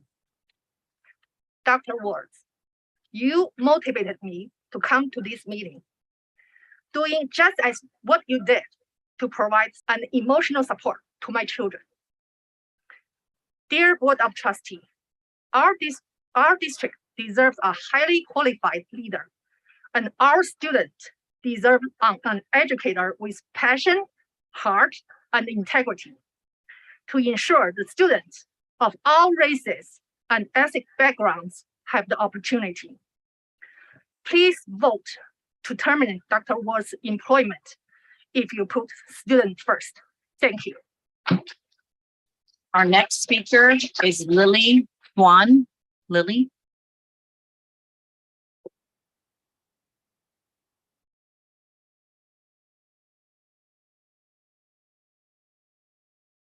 Thank you for the opportunity. I'm here to ask board to provide a timeline to let Dr. Ward go. If the board we elected cannot voice for all students, shrug shoulders and let go, the next victim and more showing up will be just a matter of time.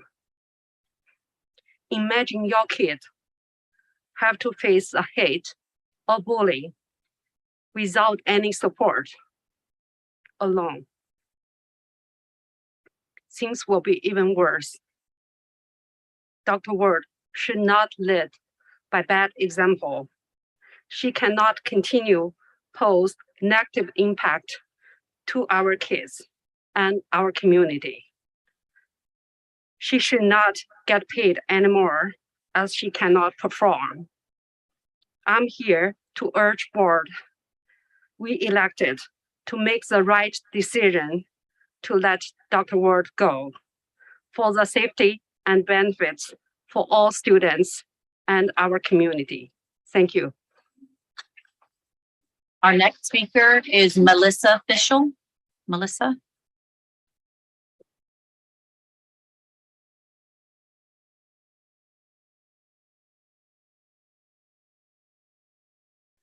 Again, I hate to be a stickler here, but I just want to confirm, just so I know which thing that I'm talking to, that we are currently on agenda item 8, that's public comment for non-agenda items. Okay, thank you. My name is Melissa Fischel. I have 2 now graduated students, one from Torrey Pines class of 2019 and one from CCA class of 2022. I'm going to continue on this. I want to ask, what is the date of the most recent San Diego Unified High School District Governance Handbook? Okay, if it's after December 17th, 2019, I was wondering if you could post it on the website, because that's the date of the most recent one. And if December 17th, 2019 is the latest, I request that a revised version be developed, reviewed, signed, and updated before the next meeting, if possible. It's apparent by today's meeting that a refresher course is probably required immediately, given that some of the items that are on, I mean, you guys have a handbook that lays out everything and rules. And I think just to make sure that we can stay out of the attorneys, that we're following some of the rules on the handbooks.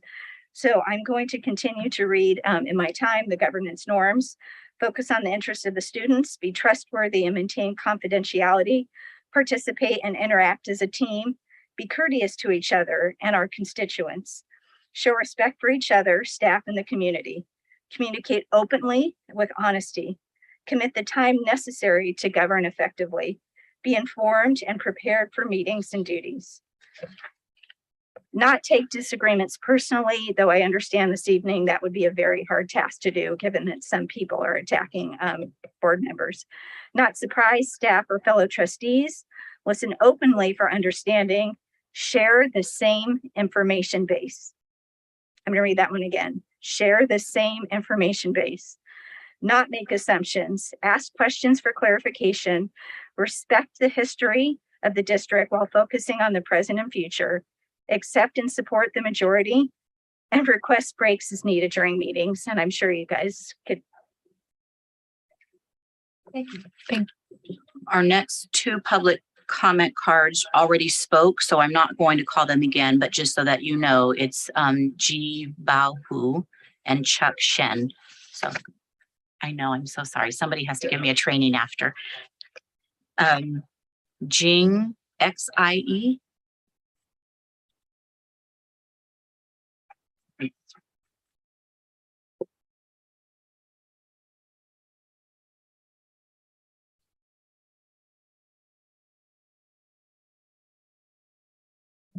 Thank you so much for the board. Thank you so much for each of you being here today to support us.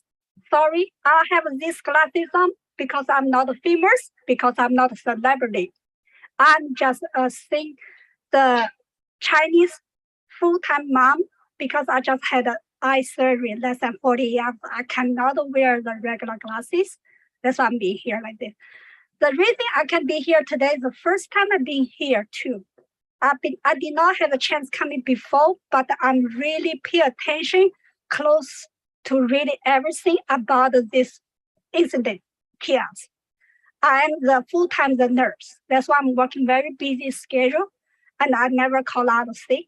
Because of this, I have a surgery. That's why I'm able to come here today. Thank you so much. I have a chance to be here, can speak up for as a mom. I come from a Carmel Valley residence, and I have 2 kids, and I have one is a CCE student, 9th grade. And I'm be here today, I think, with make 2 points. First one is for Dr. Ward, whatever comment she made it, and is unacceptable, is unforgivable, is unreasonable. So she made the comment afterwards. From my perspective, she did not realize, she never recognized what she said. She never gave the formal apologies in the public to our Chinese Communist Party. And also the second one, my point I want to say, she was awarded 3-1 for the paid leave. I don't know the legal department, what's the label law about it, but Thank you for your comment. Your time is up. Yes, thank you. Thank you. Our next speaker is IG Han.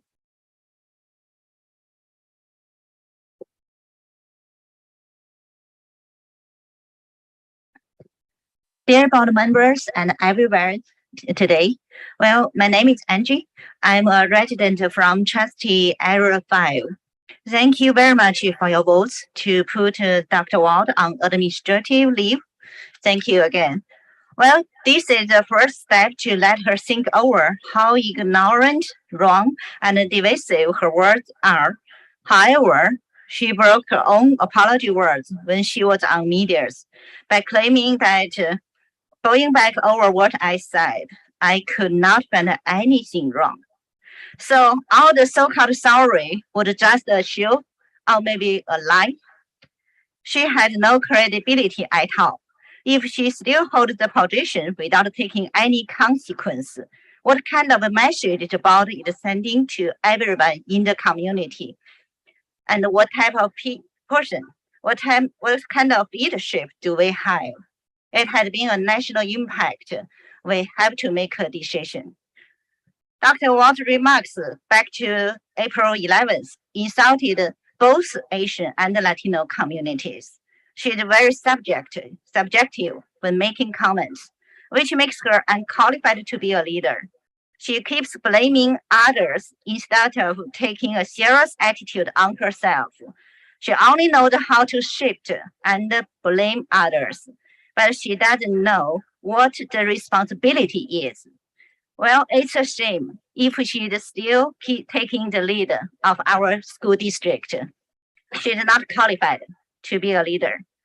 So please make the right decision and let her go. Thank you very much. Our last speaker is Lisa Montes.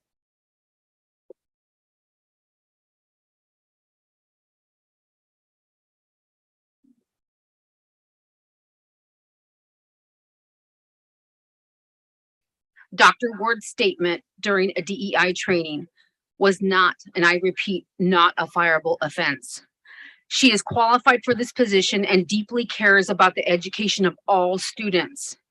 She apologized to our Asian community not once, but twice. She was ready to meet with the Latino community, but then she was put on leave. She was ready to meet to apologize. Mo, what you said earlier today, it was important to hear all voices. You thanked the families for spending time here at the meeting, but why did you limit the number of speakers to 15 last board meeting? I had to wait 7 hours to speak. I came an hour early and there was a line out the door. And I know you, Michael Allman, I got the email that you sent out to the Asian community telling them to get there early because you weren't sure that Mo, how many people she was going to accept to speak. The two of you are in on this and you try to silence this community, especially the Latino community. How dare you do that? We're watching you, and that was uncalled for.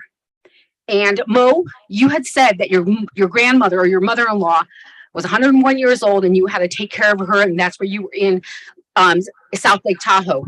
My mother could not walk for 9 years. She was a paraplegic. I took leave of absence from work. You need to do the same thing. Step down from this position because you cannot represent this community and those students when you're in South Lake Tahoe. I totally get it that you're taking care of your mother-in-law. I get it. I understand. And I commend you for that. But you cannot be an effective trustee and be in South Lake Tahoe and try to represent all these students and families. Please step down.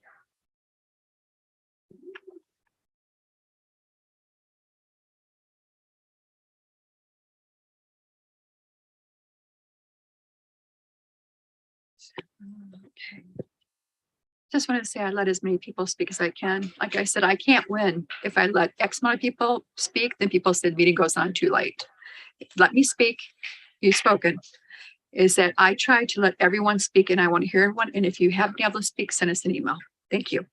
Well, now, no. Excuse me, we're now in our meeting. If you'd like to send us an email, go ahead. Thank you. We'll now move next to the public comment for agenda items. Public comments are now limited to 2 minutes per speaker and a total of 20 minutes per public comment period. How many people do we have to speak for public comment? We have 8 for public comment agenda items. Go ahead, please. Thank you. Our first speaker is Marcy Strange.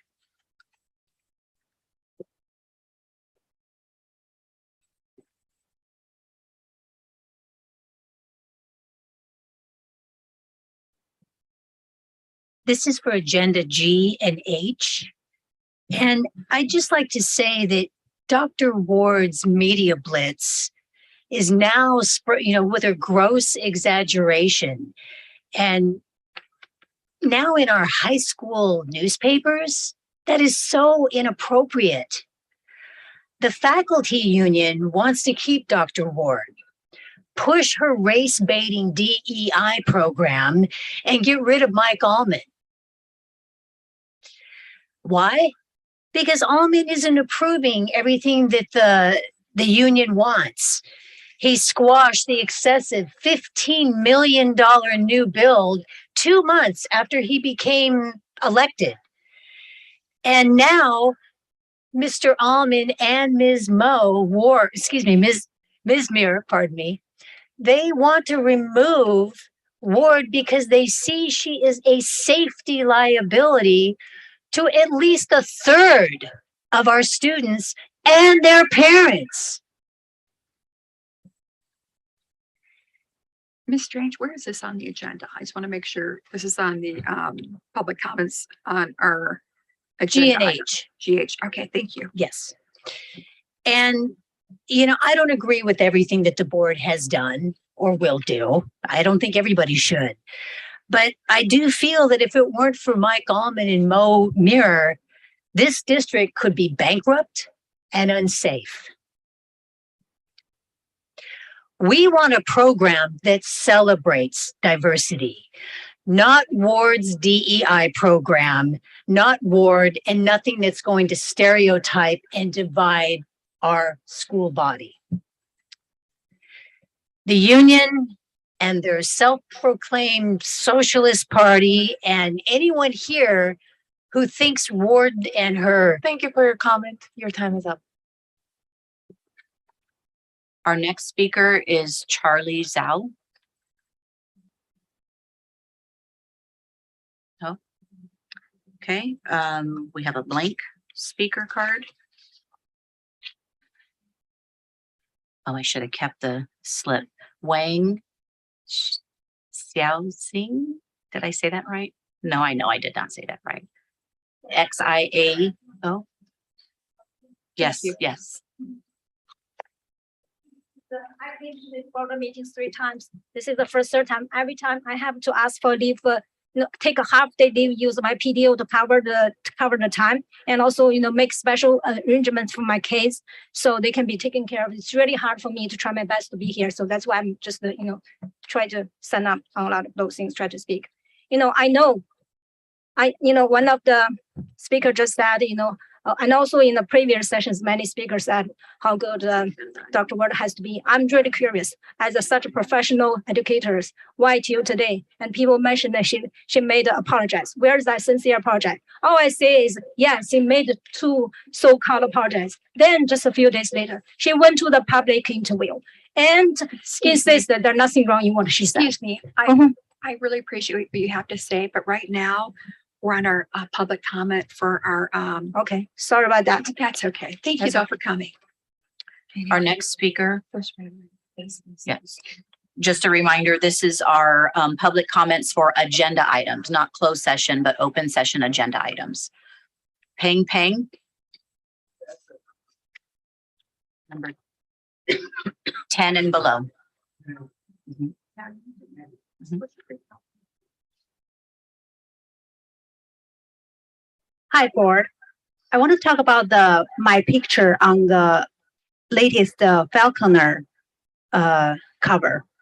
They put my picture on the cover, but on the side they said someone need to resign, right? So I didn't speak on that. And I emailed the Falconer editors and the principal of Torrey Pine High School, never get a reply.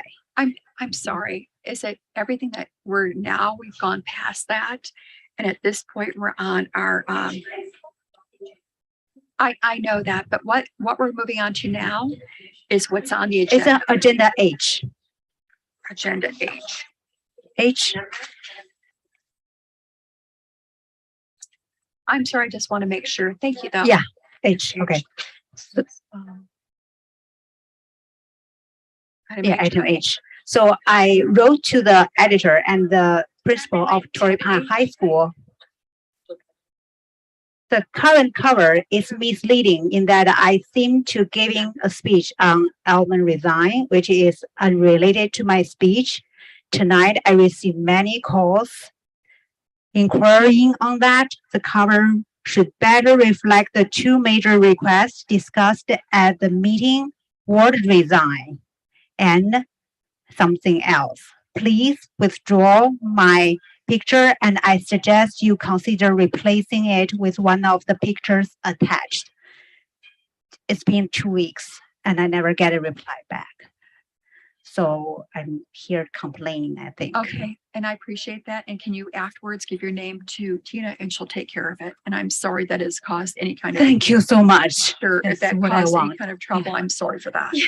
Thank you. Our next speaker is Johnson Kiwath.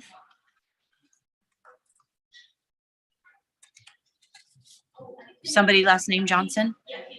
Okay, thank you. Okay, thank you. Our next speaker is Melissa Fischel.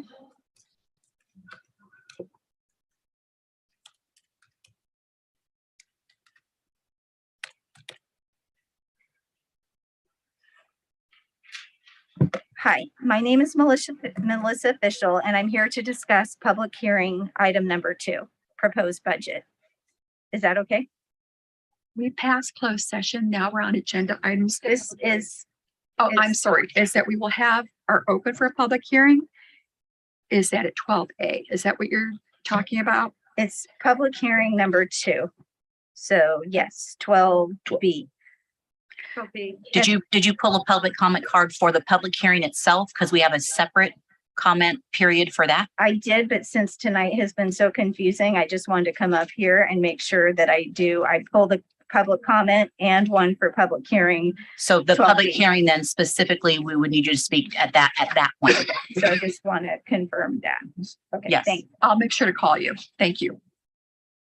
Our last speaker then for agenda items is Chuck Shen.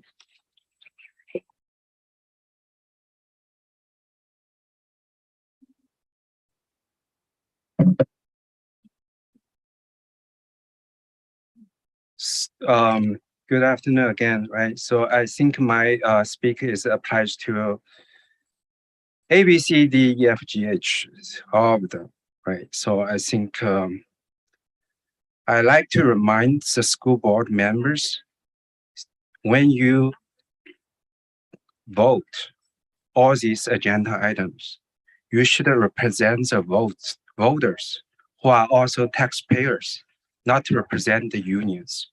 I urge all the trusts to vote independently and truly represent the interest of parents and the students. Students first should be in your heart, not just a deceiving slogan. Thank you. Thank you. And I want to thank all the speakers for coming out tonight. I really appreciate that. You know what? I like that from your heart. Do I have a motion to approve the consent agenda items A through H as presented? Mike? Motion? Or Katrina? Move. Yeah. Katrina, Julie? Second? Second, Bronstein. Comments or further questions? I have 2 comments. Sure, go ahead. I just want to say, in light of our upcoming discussion on school safety, I want to point out that the renewal and reapplication of a few items of the agreements, there are more than a dozen related to training, security, student support, and mental health. Includes hazmat services, mental health referrals, security equipment, and maintenance of our fire alarms, security and communication systems. I just think it's fortuitous that this meeting happens to set up for next year. And we're talking about school safety. So a lot in our consent agenda are a lot of items that we have in place, and we renew every year to make sure that our students are as safe as possible. So I wanted to point that out.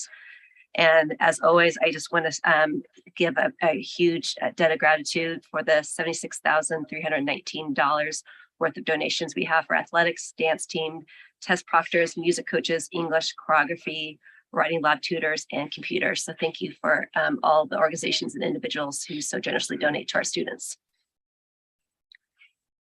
Julie, Mike, I didn't get a chance to say is along with this is all these parents so generous is thank you so much. And at our graduation, if I haven't said it, it was amazing. So thank you for entrusting your kids to us. Roll call, please, Babby. Mr. Allman, Yes. Ms. Young, Yes. Ms. Bronstein, Yes.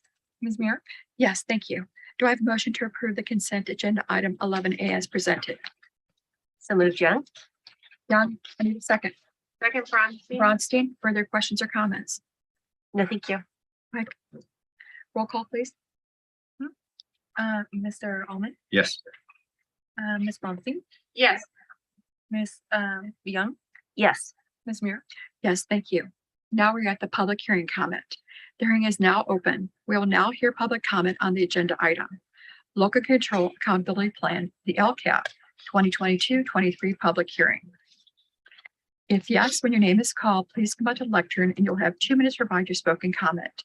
Please note that the timer, as you'll see, is right up there if you'd like to see how much time you have left. Tina? Okay.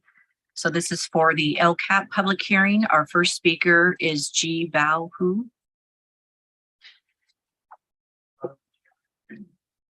LCAP. For the public hearing, LCAP public hearing.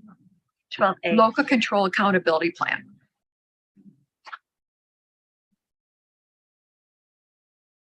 Okay, I'm going to say my opinion on the budget of the school district, and also just follow the track's statement. I hope the board member trustees can really hear the parents what we are caring about. The students is always the first for the school district, and also if there's any the good is you can remember like I would say 2 months ago, nobody realized we're so dividing. Lots of our neighbors, like Asian American, they feel hurt. And if all of you can remember the good days from now, and we should find a root cause. What's the root cause? That's Dr. Word. And we should file for cause and to save the cost for the school district, to care about the health of the students, and to reunion the whole school community. Thank you. Thank you. Our next speaker is Chuck Shen.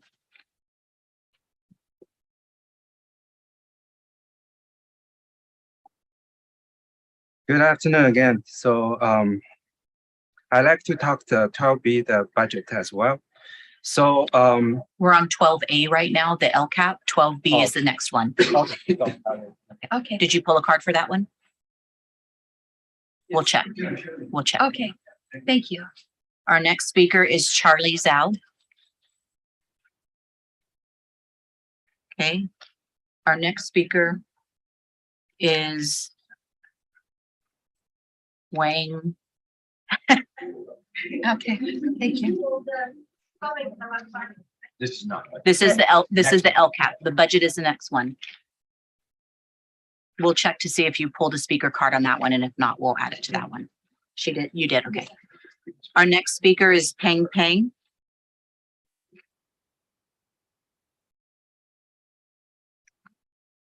Okay. Our next speaker is Jin Chao Feng. If it was confusing, if you want to speak in the budget, that's fine, is that'll be coming at the 12B. Thank you. 12A, right? 12A. 12A is the LCAP and 12B is our budget. If you'd like to I can wait, speak both. you can speak on both. Yes, of course. Okay. Yeah, speaking of budget, a lot of people talk to me to notify award. They use this budget thing. They said if we file award, we will lose money or something. But to me, money is the one thing, but the other thing, how about the kids' future? We should spend loads of money on kids, but world want to lose money for herself. That's what I would say. So, Thank you. Our next speaker is Lisa Montes.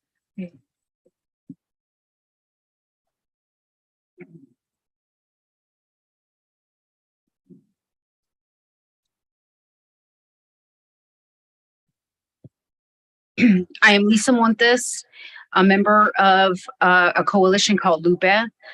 And we are a group of women educators and parents. And we've been looking at the LCAP goals and what the district has been working with. And we want to recommend the support of the hiring of 3 bilingual Spanish and English liaisons to be assigned to the school district to work with our students and parents. I being an activist in the community, many parents have sought my help when they have an obstacle with the school district, and they've asked me to come to meetings with the school district. And I've seen firsthand the need for a community liaison for our parents, our Spanish-speaking families. There has been a lack of communication with our parents from the school district because they don't have the proper interpreters, and parents are being told, are not even being told what the meetings are about. And I know firsthand because I went to 3 of those meetings and the parents didn't even know what the meetings were about. And the parents invited me and I'm like, okay, is this going to be on this issue? And they go, well, they just told us it was a meeting. So I would like to see that a priority in the LCAP, that 3 bilingual community liaisons be hired for this district. We desperately need it. We know that Latino students aren't doing as well as their counterparts. And for that should justify the need for 3 community liaisons in this district. So I just want to ask that to Brian, I know that you and I have discussed that via email, the need for parent liaisons, and I hope that we can put that forward and make that a priority. Thank you. Our next speaker is Sylvia Pelosi Hezzoli. Sylvia.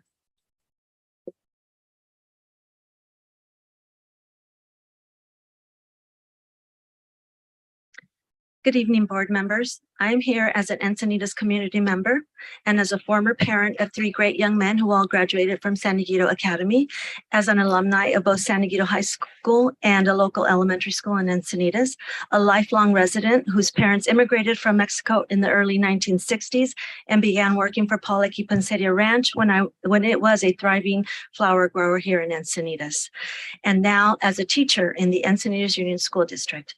I am part of a new local community coalition, and as part of what Lisa, our coalition that I am part with Lisa, and I will echo some of what she said. Earlier this year, we got this new coalition together with the intent of improving the educational outcomes for our English learner, Latino, and social economically disadvantaged families attending San Diego Union High School District. Our group has a good sense of the needs of those students. We want to see more targeted outreach to our historically marginalized families. The district has approximately 20% English learners, and they should have the ELAC, the English Learner Advisory Committee, that meets that should be attended and led by admin, not by teachers who already have full-time jobs, unless of course they are presenting something of value to our parents. We would like to see more intentional and targeted interventions invitations to elect parents. Of greater concern is the local accountability plan, the LCAP, specifically about the ways in which the district is addressing the 8 state priorities with close attention to 3, parent involvement, 4, improved student achievement, 5, student support and engagement, 6, highlight school climate in alignment with LCAP goals, increased for improved services to foster youth, English learners, and low-income students. We ask this district to ensure it is actively nurturing the academic and social and cultural awareness of the said community. We are Lupe, the coalition of Thank you for your comment. Your time is up. Thank you. Our next speaker is Ying Yang. That's our last speaker.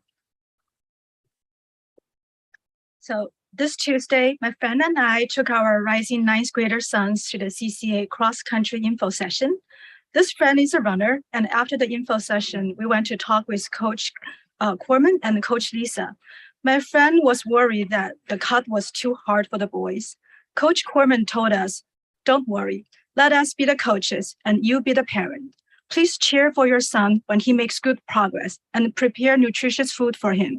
Leave the coaching to us and we will get him there." Phew, what a relief. I just love the image that our teachers, coaches, staff, and parents partnering to educate our students and motivate them to pursue excellence. My older son graduated from CCA last year. He chose to major in biophysics in college after he took the research method class in CCA. In this class, Mr. Haas introduced the students to use CRISPR to genetically modify tiny worms called C. elegans. Mr. Haas has also helped my son find an internship in Salk Institute. In the internship, he did more study on those worms and discovered his love for researching. I'm forever grateful to Mr. Haas and other teachers for not only fill a pail, but to light a fire in our students' education. I read this year's LCAPs. It well captured the reasons why my family chose public education.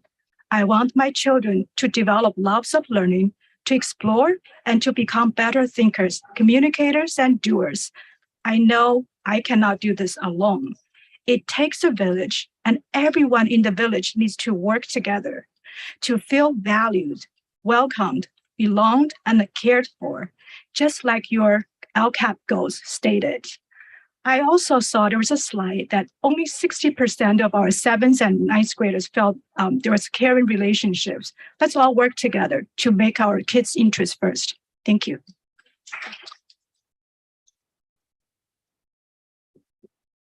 The hearing is now closed. Staff will now provide a review of the Local Control Accountability Plan, the LCAP, the 2022-23. Following the review, I will ask each trustee. We'll have some comments and some questions at that point. Mr. Marcus, can you give us a little bit of LCAP information, please? Thank you. I just want to thank all of our district divisions, admin services, educational services, business services, and HR, as well as our education community partners for the help and support while updating the LCAP. In addition, as you know, Julie Goldberg currently is out on maternity leave. I want to thank Manuel Zapata, whose job will be switching July 1st to Director of CTE and Work Experience for assisting with updating the LCAP this year. We continue to work with our education community partners, listening to feedback here tonight, as well as through emails and through our Survey Monkey that went out to all families, as well as providing slight adjustments to the board-approved LCAP plan that goes back to June 2021. I want to thank Deputy Superintendent Mark Miller for his leadership in the LCAP plan that was board-approved back in June. As we reflect on our LCAP update, we also have the ability to use A through G grants were board approved on March 3rd. These funds will help support initiatives to include the development of a community liaison program to help support vertical articulation from middle school to high school. We look forward to that continued work ahead as we continue to serve all students in our district. With that, we're going to go through a couple of slides here tonight, and then we'll answer any questions that the board has. Thank you, Brian. Thanks, Ryan. The graph shown here is part of our local control accountability plan and our local control funding formula budget overview for parents. This is our projected revenue by fund sources by next year. Each year, school districts are required to produce a short summary of their budget for the coming year as part of the LCAP. I'd like to focus on the small circle this time.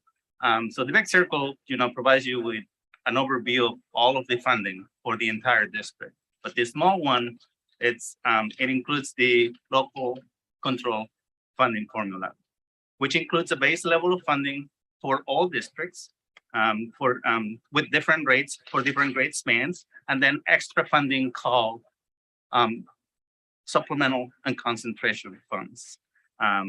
This is funding that goes to districts based on enrollment of high need students, which includes low income students, English learners, and foster youth. So this year, and you can go to the next slide, please. This year, our nutrition services department offer free meals to all of our students, as you know, regardless of their meal eligibility status.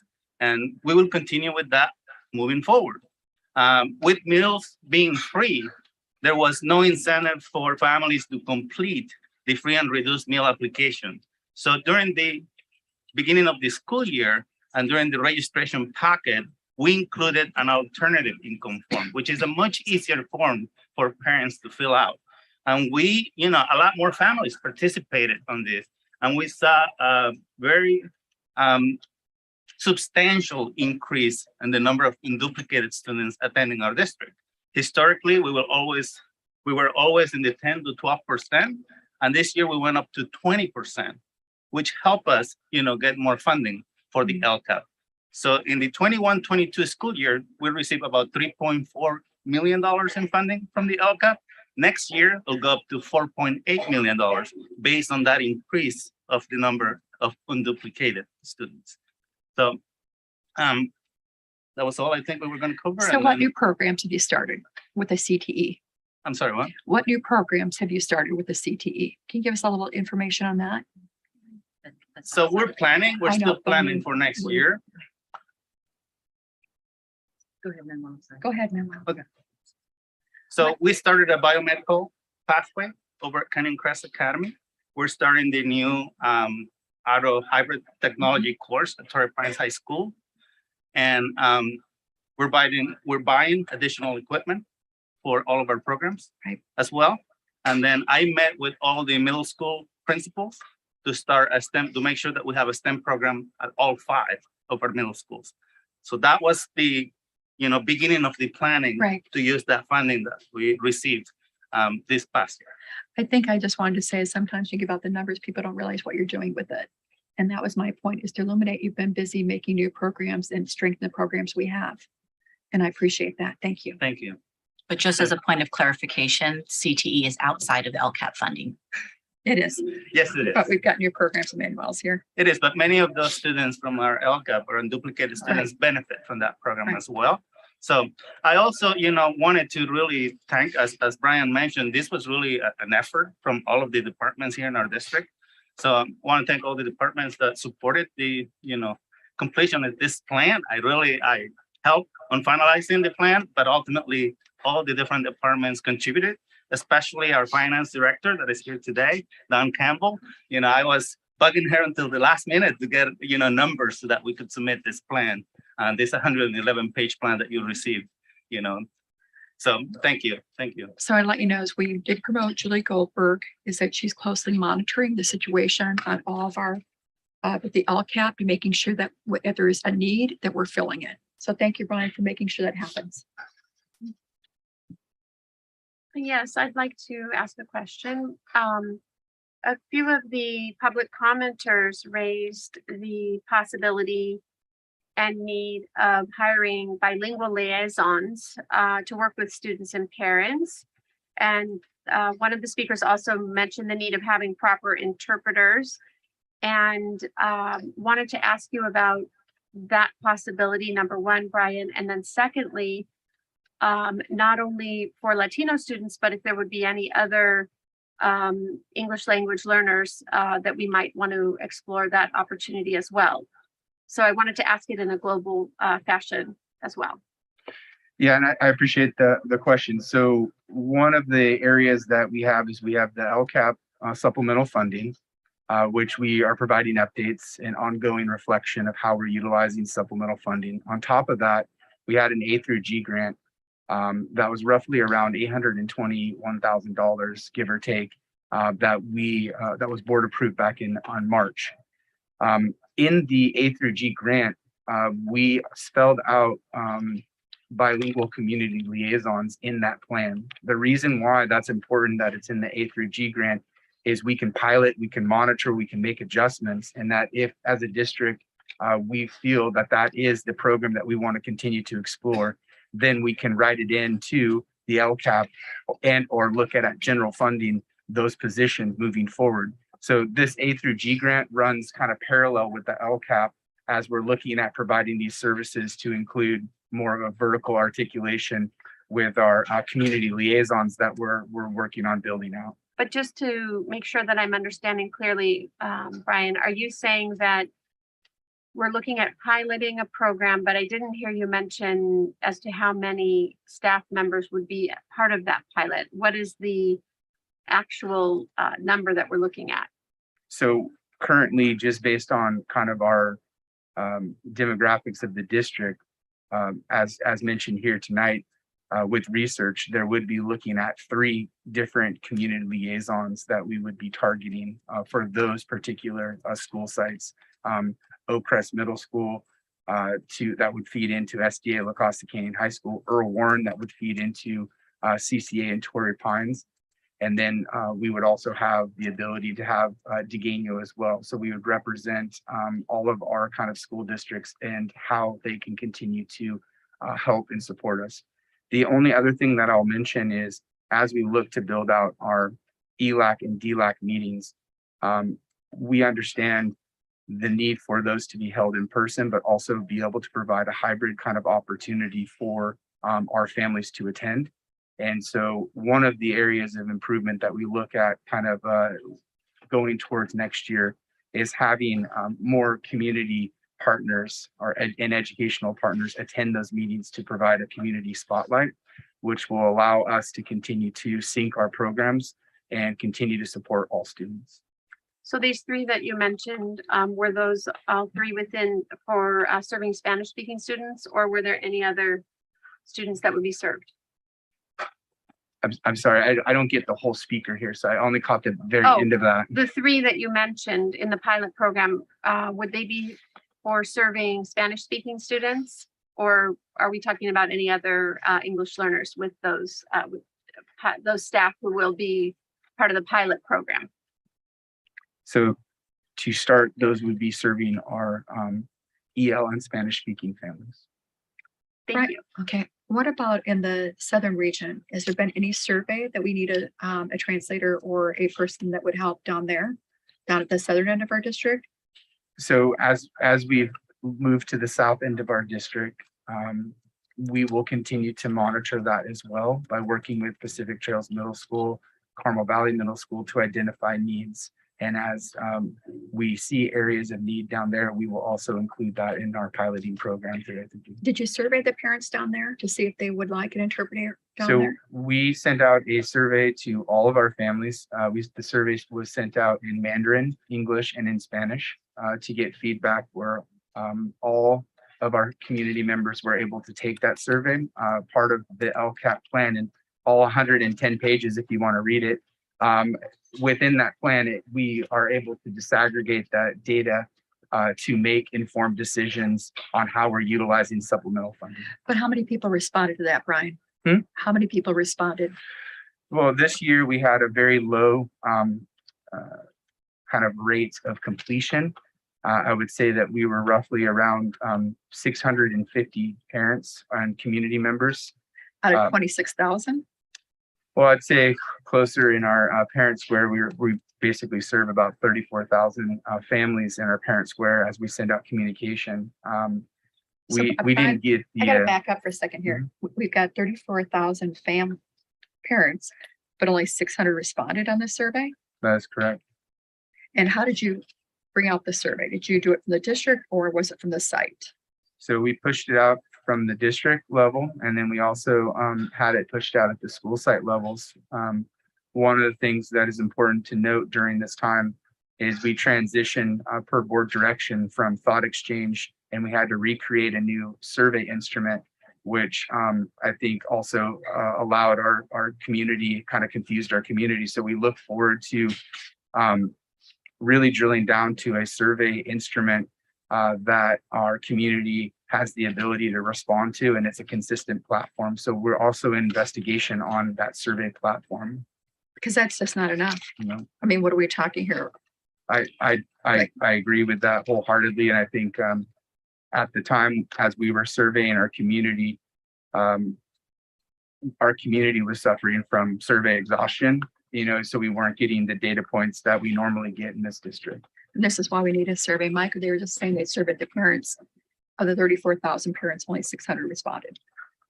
It's not enough. No. I mean, how are we supposed to know if we're even doing a good job, or if you do want an interpreter down at CCA? That's something that's really important, because we're not serving those families, as you said, that maybe not understand everything fully. Okay, thank you, Brian. Can I also mention one thing too?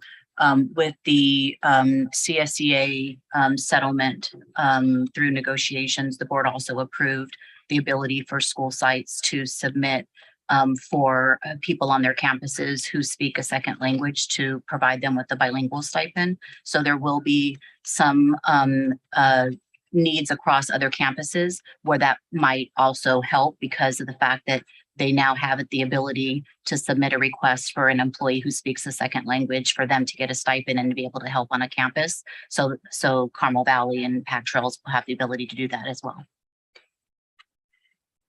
Thank you. That's it. Thank you. Okay.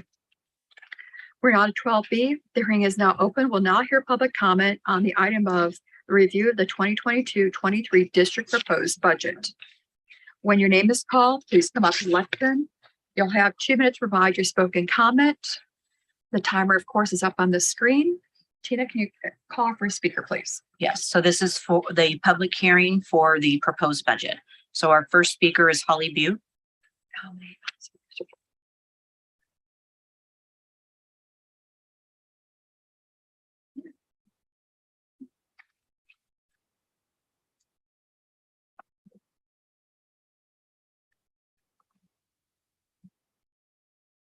So I'm a senior parent at SDA. Wanted to take a few minutes to talk about our district assets. As you consider evaluating next year's budget, when you see the amount of money our district spends on staff, you might say, wow, why are they so well paid? Well, I support that decision. It makes sense.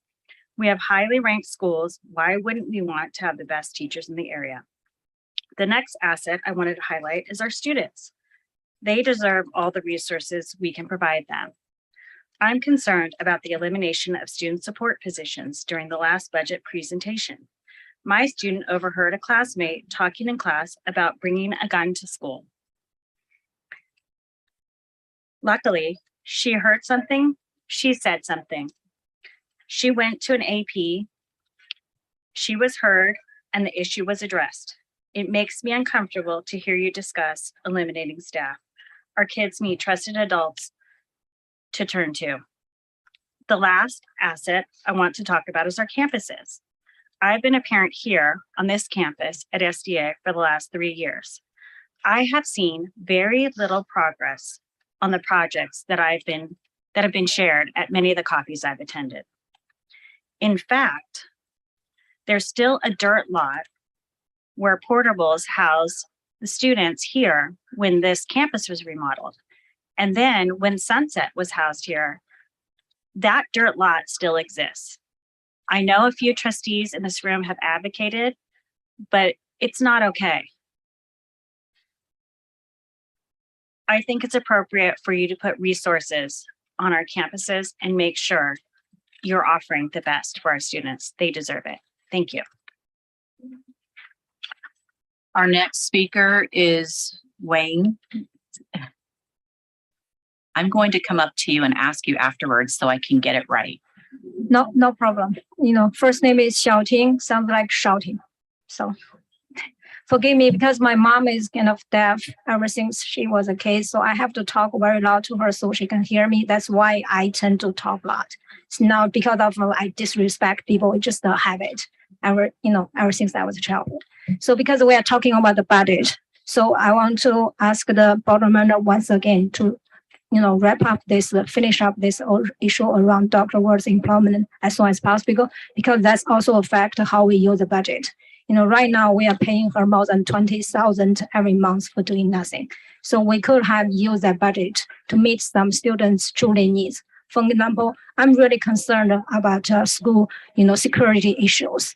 We all hear all these mass shootings, all these devastating news every day. It's really make me so sad every time I say that. When I think we could have used the same amount in much better way. For example, at many schools put a second door somehow in the school, because right now if you go to many schools, there's only one set of door. You get there, then it's a front desk. So think about if someone who get into school with a malicious intent, no one can stop them because they were already right in the front desk. If they're holding an arm or something, nobody can stop them. So I think right away probably there shouldn't be a second door, right? You get into the first door, and then you say why you are here. You got permission, then you get through the second door and get through the school. Right now really you go to most of the schools. Most of schools there's only one door, and then it's a front desk. I'm always wondering why, if there's someone like a killers come here to harm our kids, how could we even stop that person? He would just push the door, he was there. So I really, that's once again, let's spend our budget in the proper way, in the way that can truly meet our kids' needs, okay, for everybody's benefits. Thank you. Our next speaker is Carol Ching.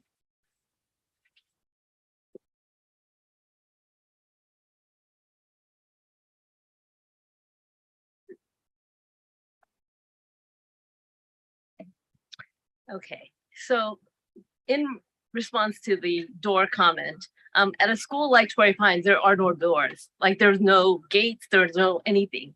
And so it's really hard to have that door concept at a place like Torrey Pines. Okay, so I want to go to my comments. Per the board facilities presentation from 2021, we have $232 million in unfunded projects. We have cash in hand, $38 million. In other words, like the deficit is $194 million. And if you go through the priority list from that presentation, there's $20 million in the priority one, which means it needs to be done. They're danger, correct safety hazards. $41 million in potential safety hazards. And this is from 2020. A report from 2020. So I don't know if any of the yellow stuff is now moved into the orange region. And then $25 million in needs attention. As you go to discuss issues of the district's budget, please keep in mind the safety of our students. There are critical maintenance concerns that our district has neglected over many years. We need rational decision-making criteria that can be applied in all spending decisions. All worthy projects that have been voted on need to be prioritized in order of most urgent need. Regarding dangerous maintenance issues, let me address one. Throughout our school district, there are poorly closing and latching doors. Doors have to be latched. It is a critical thing, especially if you think about the crazy, heart-wrenching things that have been going on in our country. In the case of an active shooter, it is critical for the doors to latch. Please ensure that all of our highest priority repairs are completed as soon as possible. And I think I have time left. No, actually, your time is up. Apologies. The next speaker is Kimberly McSherry.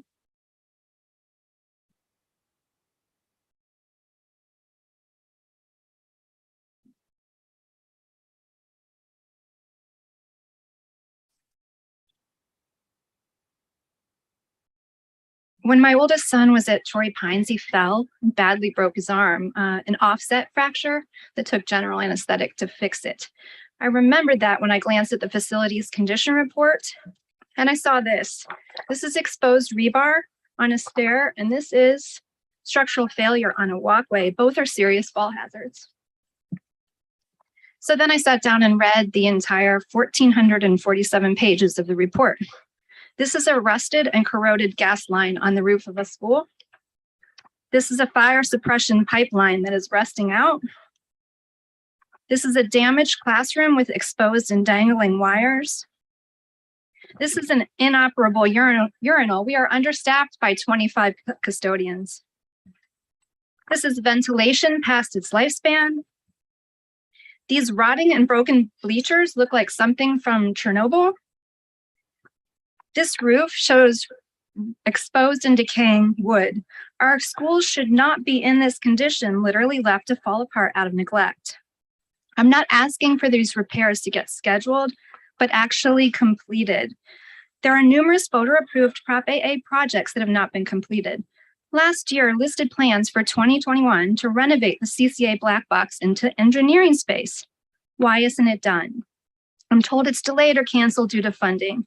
The board spends on lawsuits, multiple superintendents, attorney fees, and expensive plans for things not even approved. Can we also make sure our kids have a safe and healthy environment at school? Please spend funds first on urgent repairs. Second, on finishing up voter-approved and previously promised projects. And please create a yearly budget that doesn't overspend to the point where we end up in such deep maintenance deficit ever again. Thank you. Our next speaker is Melissa Fischel.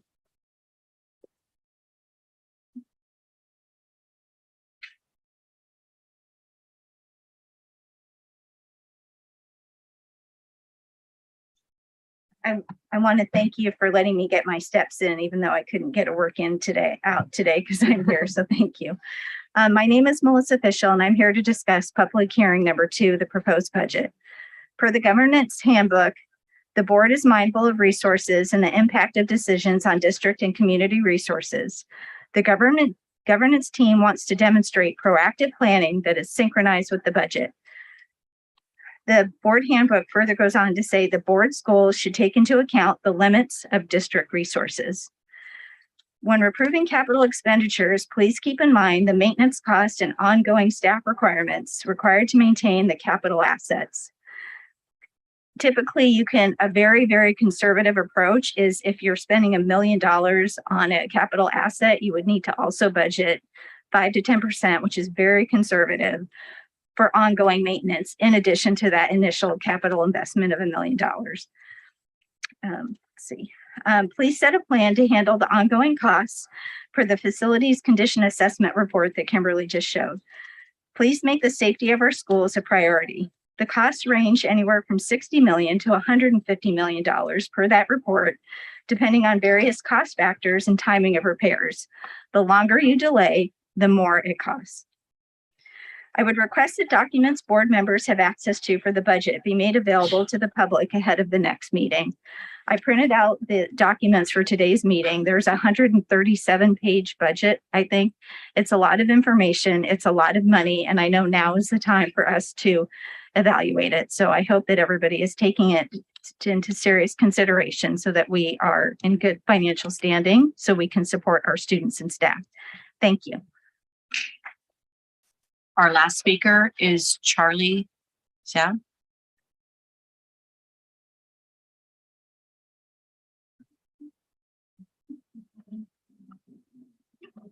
Didn't you were going to speak at the last one and you pulled the wrong one? Yes, I'm sorry. I'm sorry. Yes. No. Good afternoon again. I think it's good evening now. Yeah, thanks for the time you spend with us. And speaking of the budget, right? So I think the word supporters bring up the money. They try to save the money. I would say we should save this money. I think by firing Ward, we actually save the money. In case she kind of sues the district, we can use the money we saved as a legal fees, right?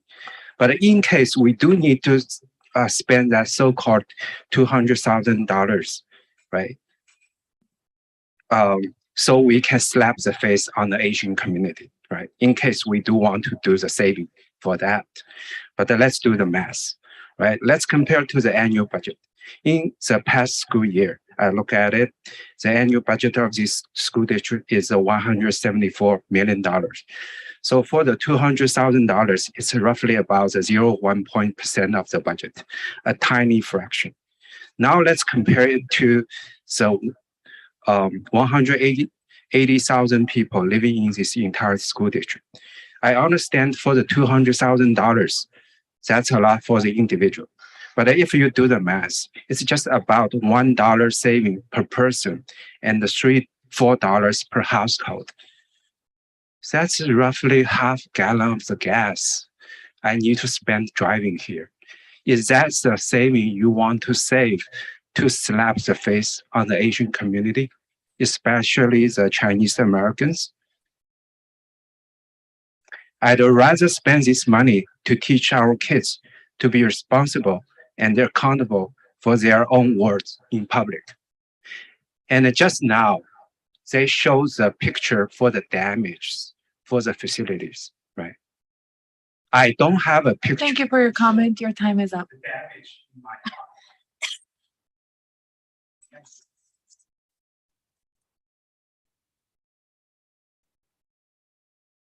Staff will now provide a review of the 2022-23 district proposed budget. Is there anybody else who wanted to speak on the budget? Is there anyone else that wanted to speak in the budget? We don't have any more speaker cards. Okay, thank you. Following the review, I will ask. Oh, I'm sorry.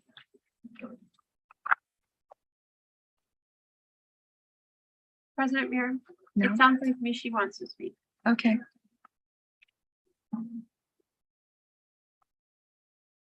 I know it was a little confusing tonight. Thank you. Sure, go ahead. You'll be standing right there. If you wouldn't mind just giving us your name so we can put it in the record. Yeah, Michi Sin, MICHI-SYNN. Thank you. Thank you. Hi, my name is Michi Sin, and I am now officially a rising sophomore at CCA. The unfortunate reality is that school districts cannot get rid of guns in our community without legislation that is beyond the scope of our district and board. Excuse me. We're doing the budget now. That'll be the next item.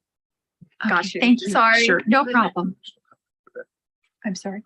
There's a comment period for that. For the resolution. I don't think so.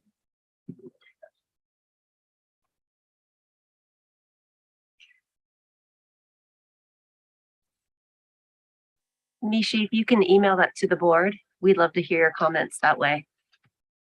Thank you. Thank you for coming tonight. We're not be discussing the 2022-23 district proposed budget. The following review will ask each trustee if they have any further questions. And I just want to say I don't think you realize we have a full team of people looking at our facilities. We have John Edelman, who's got a full team, and your kids are very safe in our schools.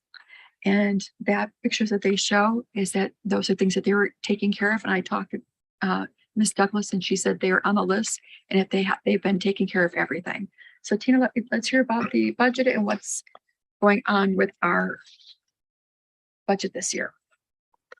So just to share a couple of slides and highlights, if you will, for the budget, and this was developed, if you wouldn't mind going to slide 23. This was developed after our board budget study session, getting input from the board. Thank you. Getting input from the board on what they wanted to include as part of the budget process. A couple things that I want to mention during that conversation. This budget does provide for an additional 10 days for a psychologist, and it does provide for 10 positions for the student support facilitators. So that was based on our conversation. Those were included. What you see here is just some of our budget assumptions. What I want to point out, at our last meeting, we had talked about, I shared a budget based on a projection that we had prior to receiving information on property tax services, providing us with an increase in their estimates for property tax growth. And so this includes that property tax growth. If you recall, when I brought the budget forward last time, the property taxes were not at 6.38%. It was 3%. Is that right? 3%. yes, somewhere in that ballpark. So the property tax services presented us with some updated projections, and they have provided us with that 6.38 in terms of property tax growth. We are projecting in the 2 out years that we still will have growth, but at a slight decline of about 1% each year. We also have received the governor's budget, and at his May revision, he included some significant increases to education finance. And so the COLA that is being put into our budget is a 6.56% COLA. And you can see in the out years how it also slightly decreases. But that also is a significant increase. In addition to that, they also increase the base grant, as you heard Manuel talking about earlier, as part of the LCAP. There's base funding per student, and then you get additional kind of add-on grants for supplemental and concentration. So Tina, the money that we were expecting last year and the money that we're now going to be expecting, how much more are we talking about? From probably the better, I would say, based on what we were looking at last time in comparison to where we are right now. So not necessarily from last year to this year, but where the numbers changed from our last projection to this one. For the first year, 22-23, it's about 4.3 million more in revenue. And then in year 2, it's about 6.3 million additional in revenue. And in year 3, it's about 7.2 million additional revenue. So we're talking about $20 million over the next, give or take, 3 years. Based on these current projections, correct. That we will have increase in our budget. At our last budget, we also, the last budget conversation in May, we were also still projecting that we were going to be still basic aid. And if you recall the difference between basic aid and LCFF, so the state has a funding formula. That's what the local control funding formula is. Property taxes are a component of that funding formula. If your property taxes are higher than that formula calculates, you are considered a basic aid or a community funded district. In our May conversation, we were still projecting that we were going to be a community funded district. However, with the release of the governor's May revision, we are now going to be a local control funding formula district. So our property taxes are not as much as what the state would provide in their calculation. So in year 22-23 and in 23-24, we are going to be right now, based on these assumptions, a local control funded formula district, and not going back into basic aid again until 24-25. And so we were actually deficit funded, and we will be coming out the 22-23. In the 23-24 year, if you go to slide 29. In oh yeah, like you can see that. I apologize. That's very small. If you wouldn't mind just going to the next slide, slide 30, because what you can see is the red, I think. So the red signifies the deficit spend. And so red, first year, we are projecting a deficit. In year 2 and year 3 and year 4, we are projecting that we will not be in a deficit spending situation. So I want to make something clear is that we have been deficit spending for 5 years. We're coming out of it, and we're going to be able to put money in our reserves. Is that is the most important thing we can do. I don't know if you know, we've been borrowing money on our trans to the about $1 million, and then we can borrow against ourselves, and we don't have to borrow that money. Is that the cuts that we've made now have made a difference, and we will be on firm financial ground. This has never been happen when I've been in this district. And the things that we've done are amazing. And the fact that we passed a policy stating that we will put money in our reserves, we're in a great spot. This budget, which is difficult to see, but in your packet, if you were to look on slide 30, and it would be under C1, which is, or C2, I'm sorry, listed as a commitment. That is part of the money that we would be looking to set aside as part of building up that basic aid reserve. So it includes that on top of the items that we talked about in our May budget conversation. And so we will have to still issue a TRAN this year, which is that tax revenue anticipation note, because we still do not have cash on hand in order to support our monthly operating cost. But it probably would not, be at the level that it has been as we continue to build up that basic aid reserve. I just want to make one point. Let's bring it down to what you understand. That means we won't be raising class sizes, that the class will be where they're at, where your kids can learn. Nothing will be cut out of our budget because we'll be coming at what we've done now will have far-reaching effects. Is that when people say that things aren't good in the district, oh, come on, they're the best here. And we're coming out of this, we're coming out on firm financial ground. Our kids are excelling. And due to you supporting our school district, it's made a huge difference. So thank you. So we also are going to be, we're looking at trying to find a time for a facilities workshop, because that also plays into some budget priorities that still need to be discussed. But we are looking at trying to get one scheduled so we can, again, if you recall, board members, that's something that we have every year. And Mr. Adaman will provide an update on where we are with facilities, what the priorities are, what the projects are, et cetera. And we'll be having that here hopefully in the near future. So there's that. If you guys have any questions, as opposed to going through every slide, Sorry, I'm happy I just want to say that's not coming out of our general fund. If we got Fund 40, that's coming from the state. Is our facilities, is that it's coming from other sources. And he said, how much money are we getting back from the state? Was it 30 million? So yeah, but just to clarify that, the money in Fund 40 is money that we're getting from state projects. That money can only be used for capital projects. It cannot be used for deferred maintenance types of things. So if we were to build up a deferred maintenance program, we would need to build it up within our general fund. Right. But we will be getting more money in. Correct. Right. Tina, can you please share with us in the budget the line item for deferred maintenance?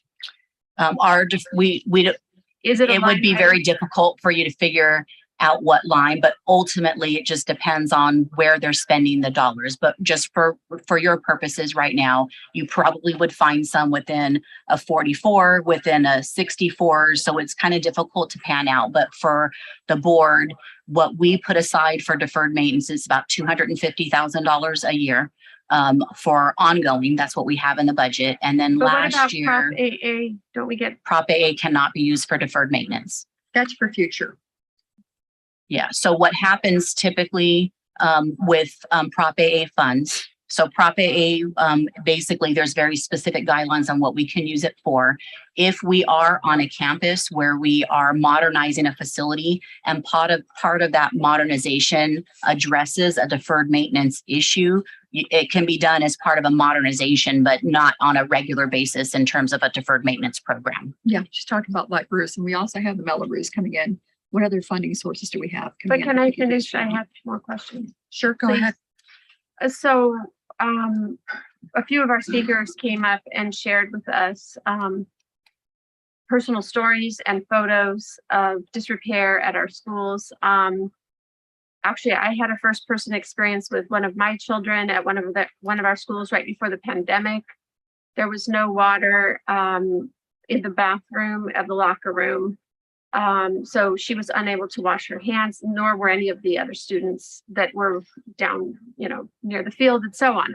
Why do I bring that up? Because it's legitimate. It's not like people are coming up here and just showing photos for the fun of it. There is disrepair. Yes, our campuses are beautiful. There's no doubt. I mean, look at this beautiful room we're in, but there are places where we can improve and we need to improve.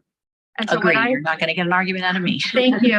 So what I would like to request, because I did have a chance to look at the report prepared by Kitchell, as well as watch the facilities meeting from last June, which I wasn't currently on the board at that time. So I pulled it up on YouTube. Great thing about YouTube. Right. So anyway, I noticed that for the priority 1 area, the amount that needs to be spent, at least as of last year, and maybe it's a little less now or a lot less, I don't know. I'd like to find out, was about 20 million and change.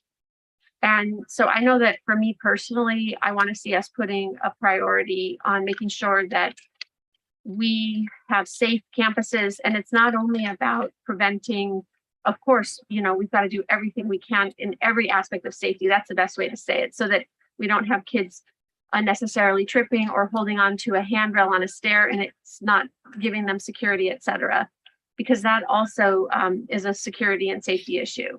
So I would like to stress that as a priority personally. And I know a lot of our schools are getting a lot older, and there is definitely a need to pour, or maybe, shall we say, designate more funding toward maintenance is something that I see as being very important. And that's if that the board would like to do that, this would be part of that conversation, because we would be bringing forward a final budget for adoption at the June 23rd board meeting. So my question, to kind of piggyback on what Trustee Bronstein said, is that she just quoted, and it was from our June workshop meeting last year. Priority one was about $20 million. Is that still $20 million, or do we have escalation costs? Because I know construction is especially expensive this year. So I know that many of those projects have been completed. I could not say that all of them have been. So I don't think it would be 20 million right now, but I could not answer that without getting an update from John. And that would be part of what we are bringing forward during that next facilities workshop conversation. So will we have this correct information for the budget today to make sure that we have enough for everything that we need, despite the fact that our facilities workshop will be hopefully in the next week or two? Enough information. I think the biggest piece of information is we set aside $250,000 a year for deferred maintenance, which is not a lot of money. So if the board wants to increase that dollar amount, we can definitely do that. Do we have a dollar figure that we can say, let's identify the 20 million or whatever it is within our budget? No, I don't know what that figure is without having that information from John and his team. And since that's your other hat that you wear in this district, do you have a figure that if you think that 250 isn't enough, what do you think is enough, and what do you think you need in order to make sure we meet all our safety needs? Back in that last year when we were having that conversation and we were looking at the numbers, ideally, in order to maintain everything that needs to be happening, you're looking at probably a good $5 to $6 million annually. Wow. Okay. Well, and it's interesting because if you look at the report of the capital renewal cost by priority, if you look at priority 2, that's at 41 million. So, you know, and then there's priority 3, which is at 27 million. If you add them all up, including escalations, it's almost 90 million. I'm not saying we need to spend 90 million right now, but it seems like we need to start addressing these concerns now before things deteriorate even more and get even worse. And furthermore, if we have students going to bathrooms where they A, can't use a toilet, or B, can't wash their hands, obviously we want that to be reported right away. So those are a few of my thoughts on this particular topic. So I do have a comment about this, is that the city of Encinitas has an app for infrastructure. So we should have an app on their phone where kids get on and they can report it right then. Is that waiting or forgetting? Because now we're hearing something happen and the child maybe doesn't even report it. So how do they know if the bathroom's not working? Well, ideally, they would be telling their site administrator, and the site administrator would be reaching out to us or submitting a work order. Right then, if we had the app, it would be delivered. We can look at that and see. Yeah, they have the city of Encinitas for infrastructure, so that a teacher or a parent or someone else right away is taken care of. Is that I think that we need to talk to John Edelman and set policy, just like we did with reserves, and put money into the fund, and we could set it into the future. We definitely can do that. We don't need John Edelman to have that conversation. Right. Well, if he tells us what exactly we need, and once again, I don't know if you know, I've asked them to 1 to 5, 1 being the most, so anyone can understand, instead of, I got to tell you something, just a color coding isn't enough, and how long we're talking about, because each thing should have a life. We'll find out the life of each thing. For me, though, 1 second, Mike, is we talk about this resolution of being safe, is that I think we got to set aside money for resource officers and make sure there's someone that we have at each site, that we want to make sure our campuses are safe and that there is a person there on the sites. I think that's important. And I think we should also increase our mental health dollars. Is that we've been hearing that our kids still are coming out of the COVID and we got to support them any way we can.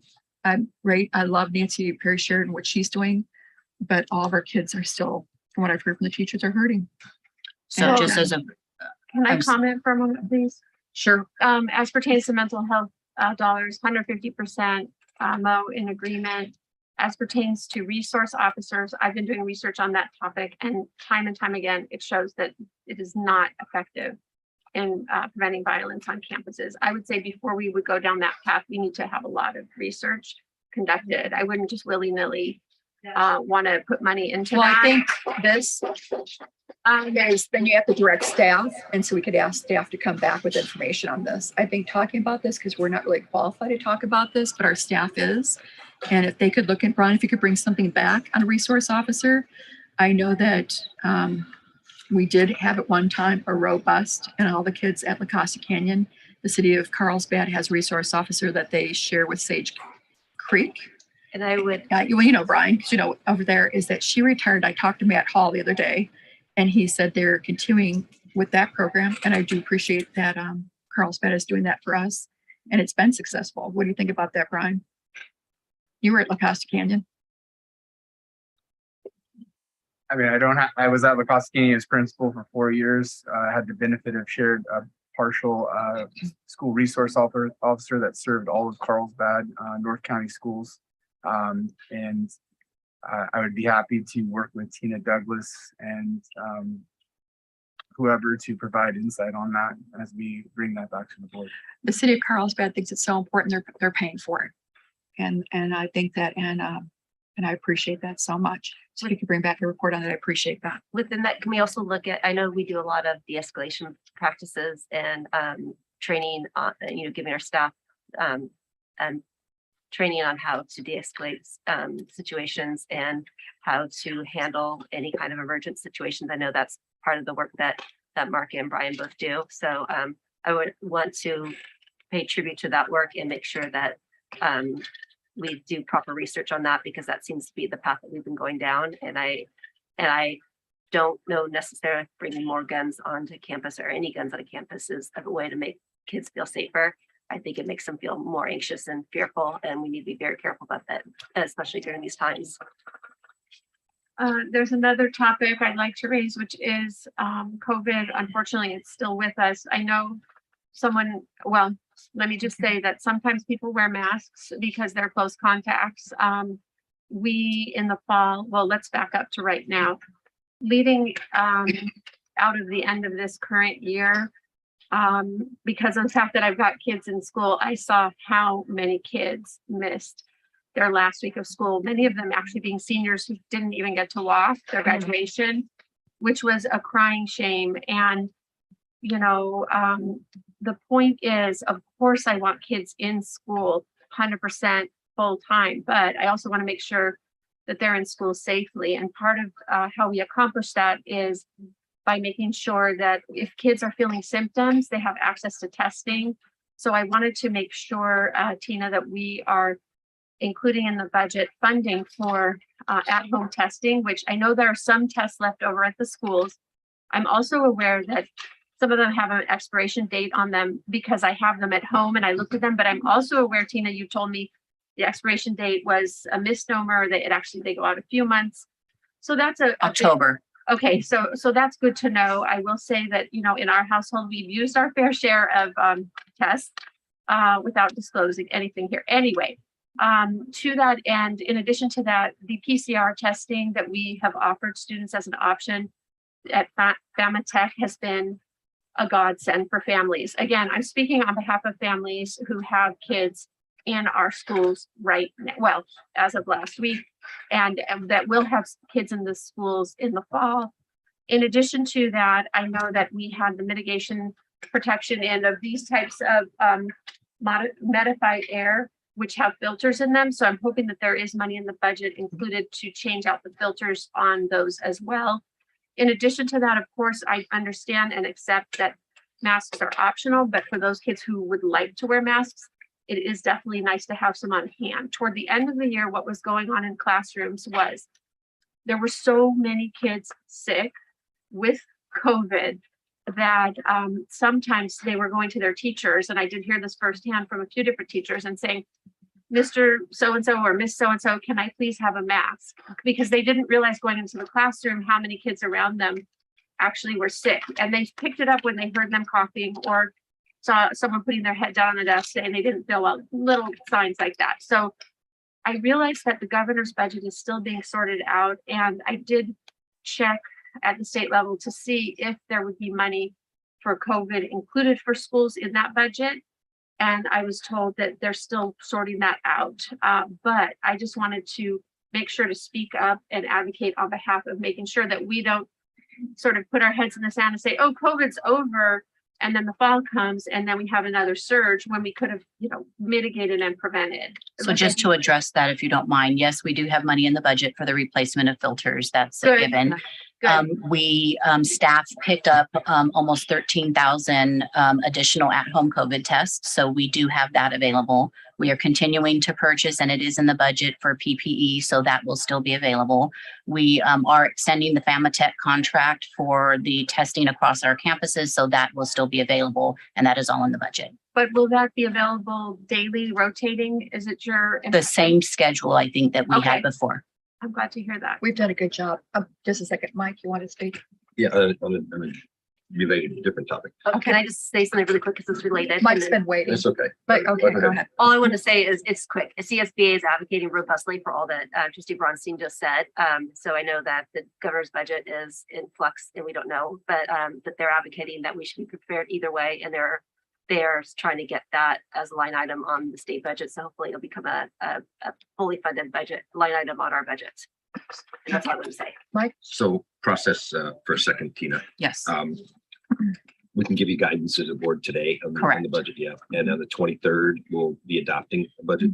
We will, yeah. And just as Dawn is going to get some heart palpitations sitting in the audience over there as the finance director. Our board agenda deadline for the budget presentation is tomorrow. And so it may be that we might not be able to incorporate everything in our adopted budget, but we will incorporate whatever we can't get in there into a first interim budget. We can always modify it correct, later. Yes. But by law, we're required to kind of get it done at our next meeting. Correct, yes. And why is the deadline tomorrow? Because we have a board agenda items that are due, our timelines internally Your are like a internal week and deadline. So just focusing for a minute on the revenue for a second. Mm-hmm. You mentioned that you were providing guidance that property tax will go up. So that's in the numbers here. Correct. But, and also we're into LCFF, so the state will give us some money. Correct. What's the total dollars? How much did total dollars go up? You had 4, 6, and 7. Was that's everything, or correct. just that's both everything. of those added together? Yes. And that's total revenue. Total revenue. So that's pretty good news. And also what's not in the budget, I should have said this, what's not in the budget is the state is also providing a discretionary block grant, a per pupil dollar amount that's one time in nature. And we don't have that final number yet. So that's not included in the budget. But I think at the last time they said about what, 2,000 per head? 1,500. Yeah. Are there limits on how that should be spent, or how should that be spent? What are the destinations? We don't know the information on that yet, but it sounds like it's going to be pretty open. Then you got to jump in. Mike, go ahead. I'd appreciate it if I could keep the floor with a habit, Mo. Okay. So the one time, would that be unrestricted funds? It probably will be restricted, but I think it's going to be very broad in nature. But those are some of the details they don't still have. be worked out, but even at 18 million, I heard that could be non-trivial money. Correct, right. Okay, good. And I think the last conversation is you would be able to spend it over a 7-year period of time. There's some, but again, the details are all being worked out. So don't count on it. It's not in the budget yet. Correct. Yeah. Okay. So and in the budget you presented last time, you had 250,000 a year for deferred maintenance. Correct. And in the one you have now, 250. Still 250. Yeah. So given that we've got this at least, I think, $4, $6, and $7 million surprise. I'd propose that we increase that. And if I heard you right a few minutes ago, nobody's ever fully funded, right? I get that. Yeah, for But, sure. Yeah, for sure. But something like 4 or 5 million. So it's a decent gap. We saw Correct. some of these pictures. I'd propose that the board consider instructing you to take that 250 to at least $1 million in the next iteration. What would you feel about that?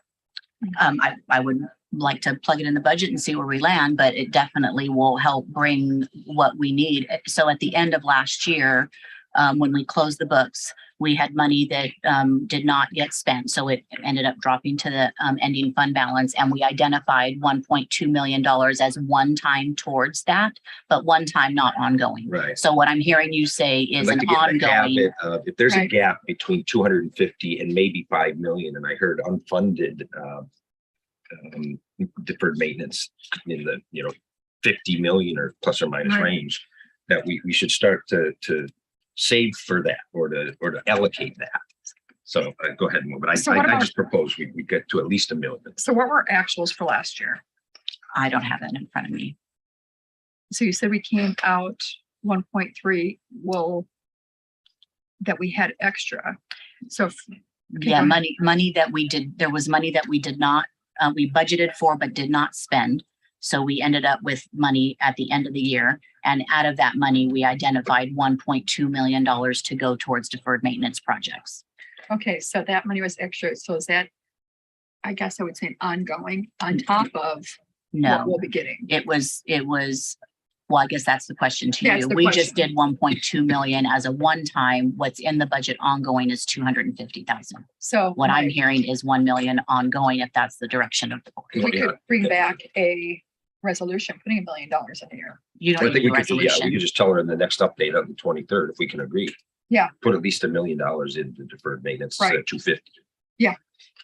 And then we could take care of all the issues if we put $1 million into our account. If we're getting, how much more are we getting a year?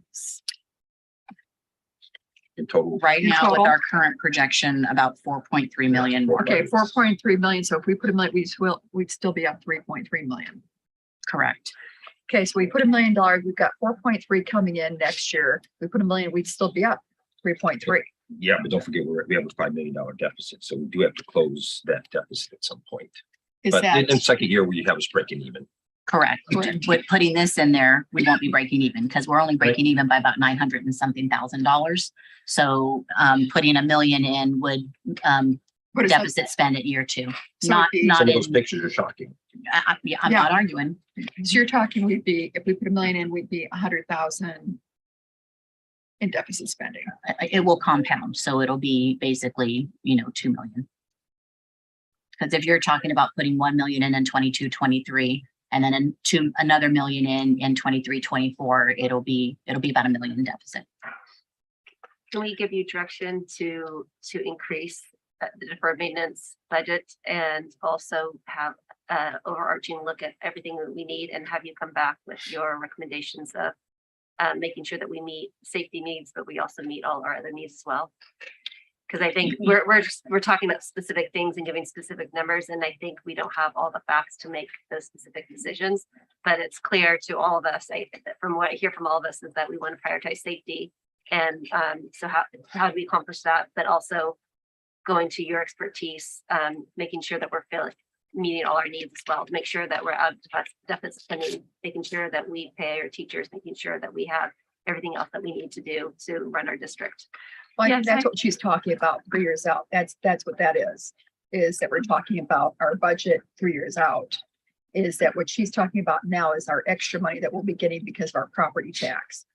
Is that, and I've also asked Tina, instead of using a color coding issue, everything should be 1 through 5. And also, and all these things that we have is as we buy it, is there any way to put a SKU on everything to make sure we know the lifespan of each thing that we buy? We have a document for that. We're talking about facilities, so you can't put a Right. SKU on a facility. But I mean, in some way, so we would know.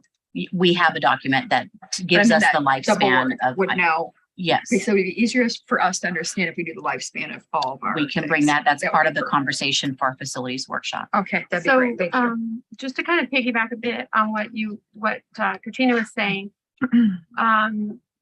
it's this concept of, being able to count your ducks. In other words, it's all well and good for us to say, yeah, let's put 1 million more, but is that really adequate? We don't know, which is why I think it's good to request information before we actually formalize that number. As a placeholder, I support starting at the 1 million, but potentially we might need to bring it higher.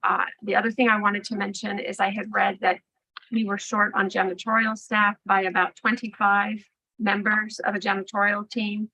And as we look at COVID, and not only COVID, flu, other, things passing through the air, certainly cleanliness and hygiene and janitorial service is critical. So I just wanted to ask about that too. I realize that we don't have unlimited amounts of funds. I get it, Tina, but I am saying, let's know what's going on the ground. So on the janitor question, what is the situation? Do we have enough? Do we need more? Because I had read in a report that we were short on janitors. Yes, so that was part of our facilities conversation last year. Looking at a study on where we were, I believe it was going back to 2007 and 8, and the number of custodians that we had per square footage with all of the projects that we've done, and adding additional square footage through Prop AA, et cetera, to get to that level that we were before would require us to hire additional custodial staffing. Is the number still 25? That was from last year. I would say that the answer to that is no, because we have since hired custodians since that time. So I believe we hired 6 within the last 2 years. So we have been slowly making progress towards operations in order to get us to that space. Would we still need some more? Yes, I would say that there probably still is a need for more, and that would be part of that facilities workshop conversation, because we obviously can't do everything all at one point in time. So it's a matter of trying to figure out how to slowly get to that space, being able to build up the reserve and trying to do everything that we're trying to do and having a program for that. And then there was just one other issue I wanted to mention. I think one of the commenters talked about at the last meeting, there was a slide that went up where it was proposed to cross out 1 new counselor at each high school. Do you remember what I'm referring to? Or maybe not to, maybe it wasn't to hire, it was crossing out. I could find the actual I believe slide. it was probably our MTS, mental health services, I think is what it was. And there were some conversations about whether or not we needed to add those back in. We currently have, and Mark, you can please chime in if I misspeak, but we currently have contracts that provide for that service. So we would continue to keep those contracts in place, which was why we basically eliminated it off the line, because at this point, because we have that in place, we didn't feel like that was an immediate need. Did I capture that? Yes and no. Okay, all right. So what you are referring to was the tier 3 services that we typically contract for with 2 other organizations. I think what Trustee Bronstein is referring to is lowering the counselor ratios at the high school level, which was to add 1 additional counselor next year each high school. And that was struck out under the previous budget recommendation. That's what I was referring to. And our counselors are really stretched thin, really, really thin. Right. Not only from the academic perspective, but also sometimes students go to their counselors because they build up a relationship with them and will confide in them. Mm-hmm. Now, the counselor themselves, we know, aren't, psychologists per se, but then the counselor can refer them to get the help they need. So that would be another area that I would like to advocate for is if we could somehow figure out how to re-implement 1 extra counselor at each school. I think that would be phenomenal for our students when we talk about putting students first, because the counselors also help our students with their college applications, with choosing their courses. Their course selection, of course, is key to which college they get into, et cetera, et cetera. So I'd like to ask, I don't know how the rest of the board feels about that. I'm the one who advocated for the other counselor, when we did the budget last time, the counselors, I'm the one who pushed for it and got into the counselor. Is that's always been something that that I've always pushed for. Well, that's great. Is that, yeah, so I did do that. So I Is, believe what we had on I just pulled it up. What we had last time that we crossed out was one counselor at each high school. And Ms. Bronstein, I heard you just say one at each school. Oh, it was one at each high school. Correct. So in an ideal world, I'd love to see one at each school across the board, but maybe it's only high school that's feasible. Were you going to say something? Yeah, Mr. Miller? so within the LCAP, there's actually reduced counselor ratios at the middle school level. So that Okay. was embedded within. I think we hired at that point 4 more counselors than it was at the high school level.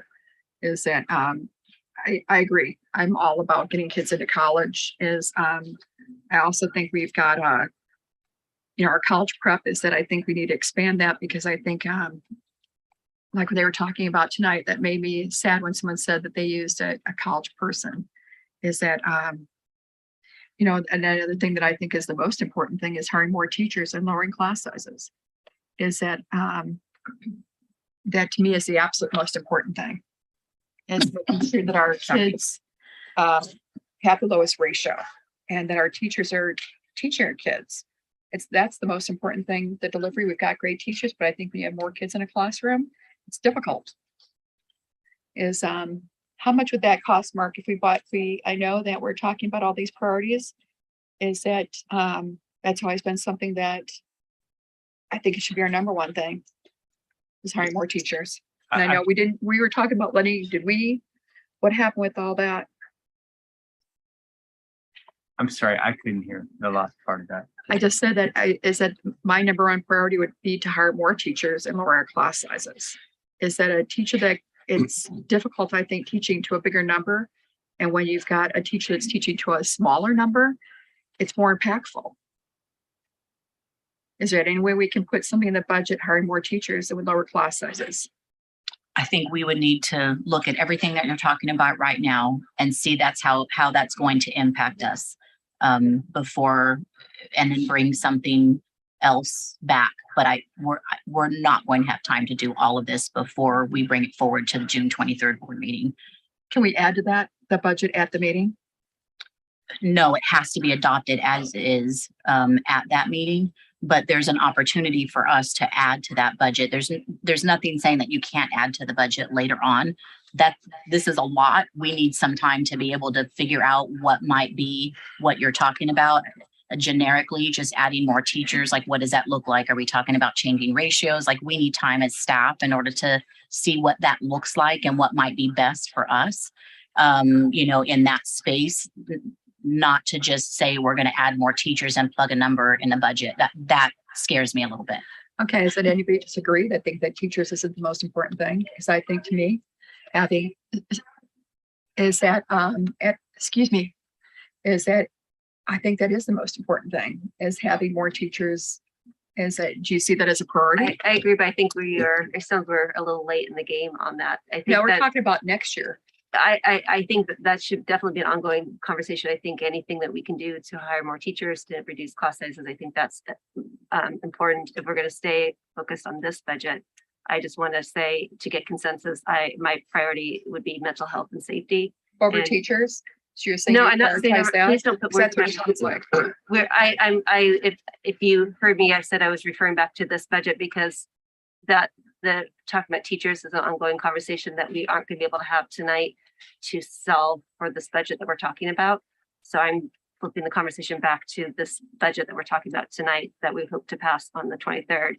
And just so I can get my thoughts out that our budget's truly a moral document. I would love to see adding some more mental health support and relying on Mark Miller and his team and Tina Douglas and her team to see what are the best ways that we can do that, and then to make sure that we have everything in place to keep everyone safe. So you don't think the teachers having You're more teachers? putting words in my mouth. I'm talking about this budget. That's what I'm talking about. The ongoing conversation about reducing class sizes is something that we're not going to solve tonight. I'm just keeping the conversation focused on what we need to We could accomplish set tonight. money aside tonight to make sure that happens. Is that you're talking about We setting just money said aside? that we can't do that Tina tonight. said That's she too could. complicated of a conversation to do tonight. That's why I heard from Ms. Douglas. Well, right now you're saying is that putting other things ahead of that is honestly, we could just say now at this point, I'm set not money saying aside. that I'm segregating the two conversations. I agree with having a conversation about reducing class sizes, but we can't accomplish that tonight. In order to accomplish what we can tonight, I was just giving my consensus. I hadn't had a chance to speak, so I was just giving my input on that.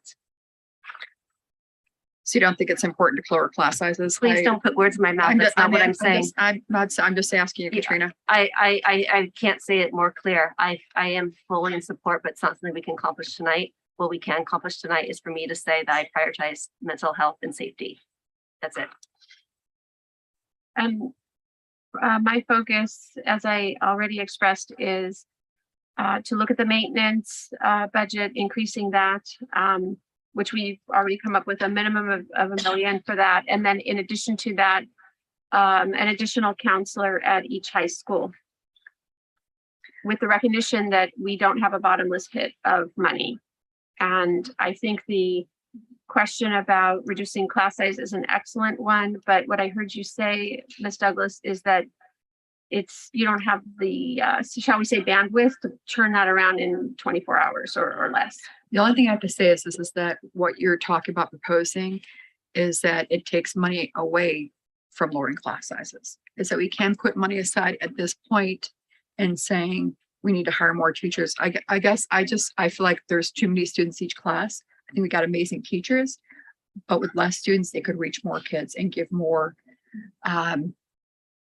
educational support. Yeah, but in some schools, we don't even have space to put extra teachers, do we? You know, like here, I think they're oversold at SDA. So I don't even know how that would be managed in certain locations. I agree with Trustee Bronstein. It's an excellent conversation. I would love to explore it more, but with our time constraints, it's not something we're going to be able to solve tonight. We could put money aside. We don't know how much money to put aside, so it makes that complicated. Yeah, what would be the amount, Mo, you would We're already recommend? talking about. What would you recommend, Mo? Counselors. I'm How just much? saying, so you're saying, let's get No, how counselors, much, let's do Mo? this. Tell us an amount. I think $1 million we should put aside. $1 million to get more isn't- teachers. How many teachers would we be able to get? We with can $1 have million? them bring that back. 10 teachers. So that's one extra at each school. So, each class, I mean, that's not going to have any impact on bringing class size down. One extra. If we teacher don't at each start school. somewhere, It's very, I think education's the most important thing we have. And having lower class sizes is the most important thing we can do. Mike?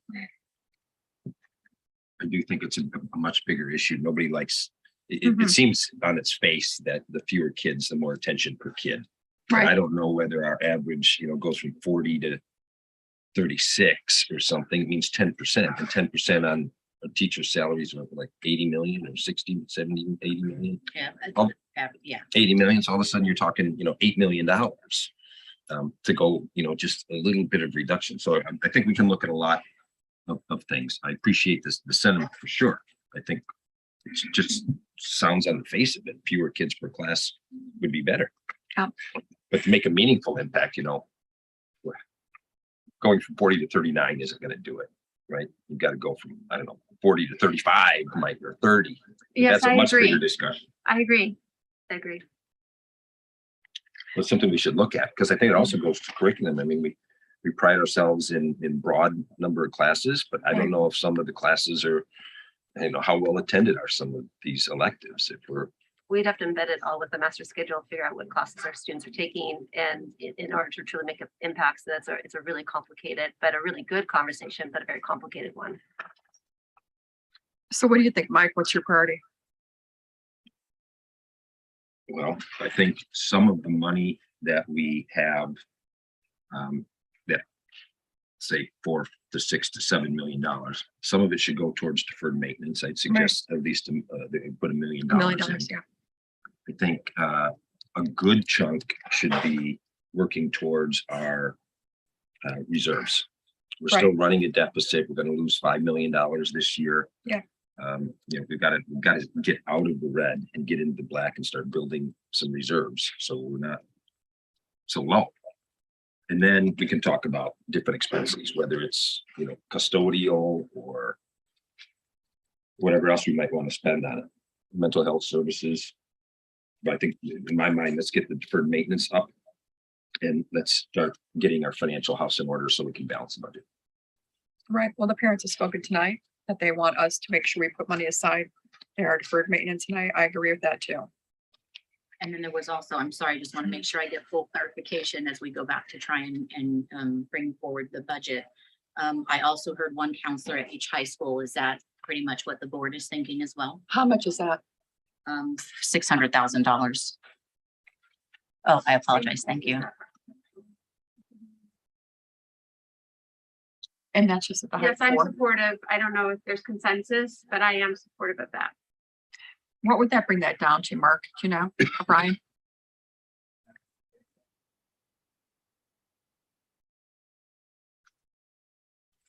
Follow it.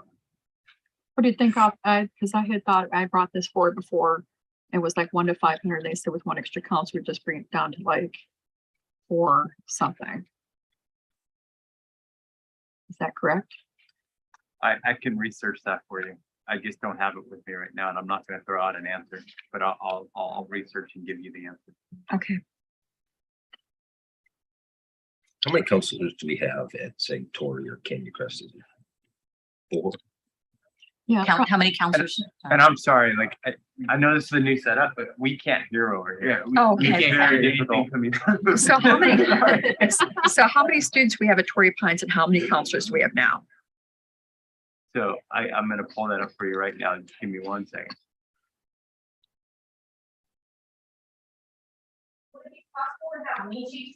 While he's looking for that information, because we got more students and are unfortunately one, 2 years now. I implore you as a parent.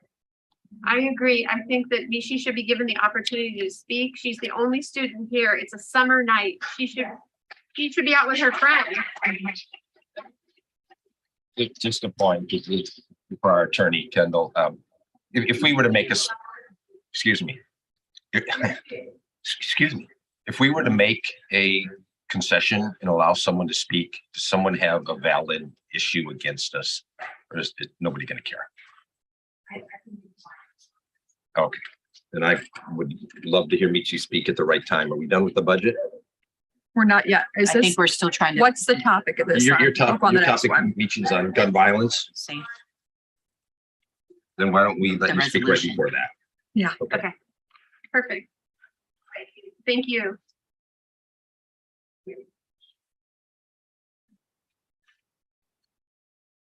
I'm just trying to Recommend- compare that to this year's current attendance. So we just got attendance projections. So let me just calculate that for you. This is a really important topic for us, our budget. And I know you want to speak to, but this is something we're making a decision about our money for next year. And I don't want to be distracted during this time. And I do appreciate you waiting.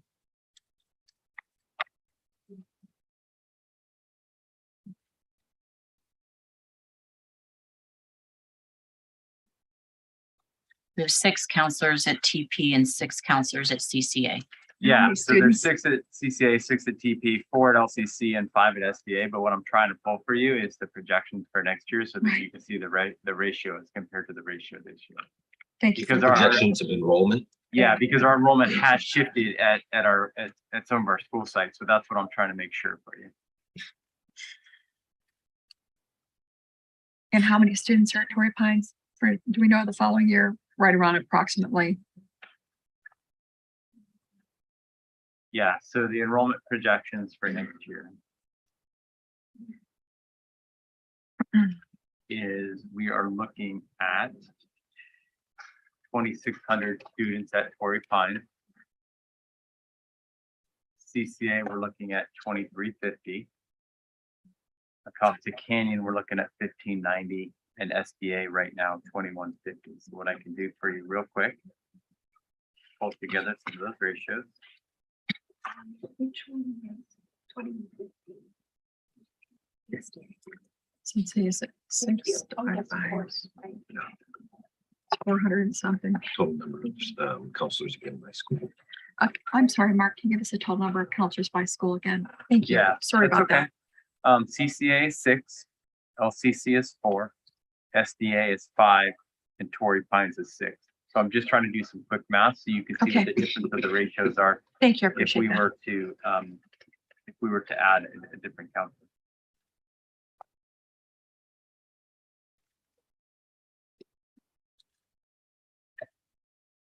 Kinnavelli's doing that. What increases, if any, do you have in this budget for teacher pay? The only thing that we typically include in the budget for either classified or teachers are just the cost of movement on the salary schedule. Thank you. Step and column, is that what you're saying? Correct. Correct. Okay, thank you. Okay, so for right now, CCA, you would take the ratio down from 391 down to 335. For LCC, you would take the ratio down from 397 down to 318. And then for SDA, you're going to take it down from 430 down to 358. Okay. And then when you look at Torrey Pines, sorry, I don't wear my glasses when I have a mask on. I think so you're at CCA. Yeah, so here we go. And then Torrey Pines, 26 here, 596. So you're going to take it from 433 to 371. Thank you. That was for Torrey Pines or CCA? Torrey Pines. Torrey Pines. So Yeah, you take it down to 371. So you'd be looking at a bandwidth of anywhere from 318 to 371, with Torrey Pines being the highest, and LCC being the lowest. Right. But they would all be within a bandwidth of about 400. Yeah, 40 to 40 students per 40 to 50 per caseload. And sorry, the estimate of the cost of 4 additional. I'm gonna ask Tina Douglas. Yeah. About $600,000. Yeah, 600. I just want to make sure it's consistent with what was previously presented. Right. Yeah. And I just want to be, for the point of clarification, that this is rough math, so please don't hold me to these ratios right now. So Tina, if we put $1 million away for deferred maintenance, and now we're talking 600,000 in counselors, when will we be out of the red? That's a loaded question, but looking at where we are right now, if we're talking about an additional 1.35 by half. 1.6. No, because we already have 250 going in, so it's only 750 incremental. Yes, I mean, basically year 3. Yeah, we'd almost be there next year, but not quite. Yeah. I'd be up. Okay, so you guys, we're looking at $1 million deferred maintenance and $600,000 in counselors. We're looking at what you said, Mike, year 3 from now. Yes. We wouldn't be coming out of the red, but we're on projection. But at this point, we'd be taking care of our maintenance and we'd be getting more counselors. We got to prioritize our dollars. What do you think? I need some consensus here for Tina to look into this and put this in our budget. I agree with the counselors, the maintenance I want. I just want to make sure that that's the right amount, because Tina said that she might have, like, there might be some looking, because we have to look at the whole overarching thing. So I wouldn't recommend the right amount at this point, because we would probably be in a bad budget situation. So progress, I think, is good. Okay. Like I said, ongoing ballpark would probably be in the 4 to 5 million annually. We would not be able to sustain that in a multi-year projection right now. But Jeff, remember too, we're putting 250 already into so we're talking take 250 off the top of that. Because we're already putting 250 away, 250,000 away for deferred maintenance. So it's not really $1 million, it'd be 750. Does that make 750? Does that make sense? So we're looking at 750 because we're already putting 250 in. All right. So we're looking at, okay, so 750. 1 point, Mike's right, 1.35. This is going to be an ongoing cost, So, but we got to adjust it. All right, Mike. If there's a consensus there, I support that, provided we hold tight and not increase any other expenses. Yeah. So that we've got to get into the black. I know it'll Yeah. take us from year 2 to 3, and I want to be as physically conservative as anybody. So, but To me, we've been deficit spending for probably as long as I've been on the board, and I got to make sure we're on firm footing. provided we really think there's a need for these extra counselors, right? They add value, significant value. We've been hearing from the community that we need them. I would also. And I I do support it. believe they're Yes, switched I in. have heard it from many people, actually. So I'm going to tell you this, I support this, but I also support putting more into our college prep program because just 50 Isn't that less free kids- though? Isn't, pardon? Isn't that free? We could do more. We could definitely do more with that. Is that we've got to support our kids going to college. It is so competitive. And our kids are so amazing. They deserve all the support we can give them. I agree with supporting kids, but my priority would make sure that we've got their mental health situated first, and then we can start looking at other things, especially since we do have some, our counselors themselves do a lot of college prep, and we have a lot of great coursework. So right now, I think that money isn't probably the best use of our funds. I think more counselors giving, lowering that ratio, supporting mental health, I think that would be my priority. Well, I think that's what you're trying to do is the mental health as opposed to the college.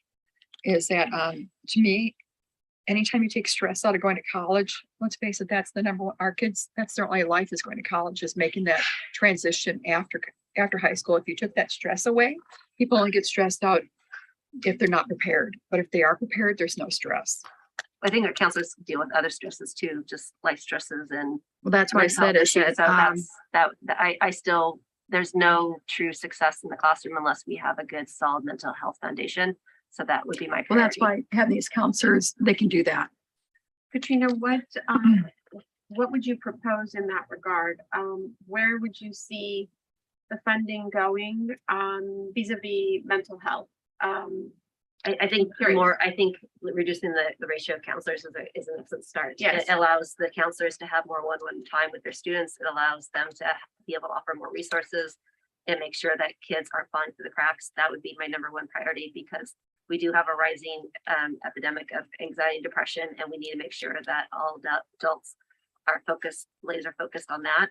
And also know that we have, exceptional students who want have big plans, and we want to encourage that. But we need to focus on their mental health first, knowing that the counselors are going to be doing both of those priorities because they do an excellent job with it on all accounts.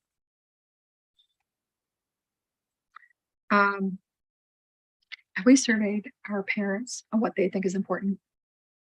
Because we're making decisions without knowing what our students and parents think is important. I'm going to defer to either Brian or Mark. In terms of surveying, I think the surveys that we do are just general around LCAP or our healthy kids surveys and things of that nature, but not probably as specific as what you're referring to. Well, the only thing that makes me nervous is that Brian said out of the 33,000 families, only 600 people responded. That's not acceptable. I think we probably as an administrative team, when we're making these recommendations, are doing it based on the expertise of the staff and what they know in terms of what the needs are at a campus.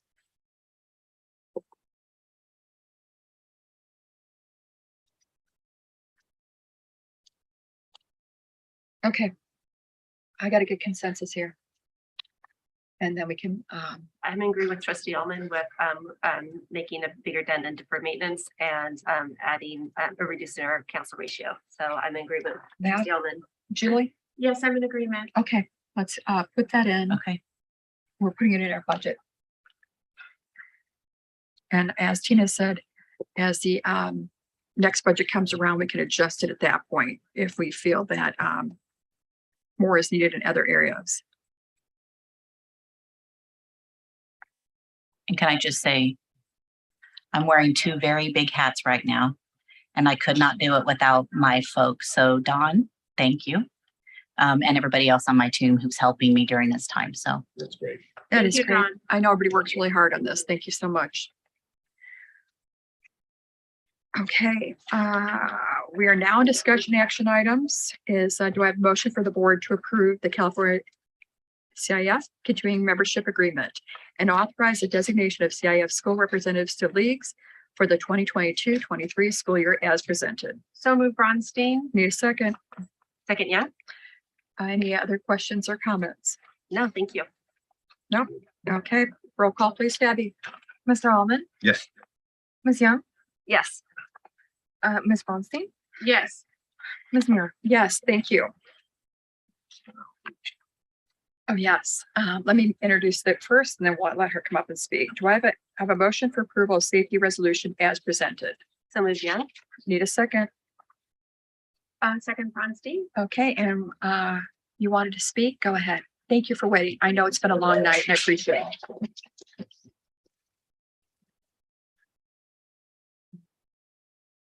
Hi, my name is Michi Sin, and I am now officially a rising sophomore at CCA. The unfortunate reality is that school districts cannot get rid of guns in our community without legislation that is beyond the scope of our district and board. However, there are ways to make our campuses safer and more secure for students. I love my school and my teachers, so this is not a criticism, but a suggestion. This past year at CCA, we had only one active shooter drill in the first semester and a short presentation, but no drill in the second semester.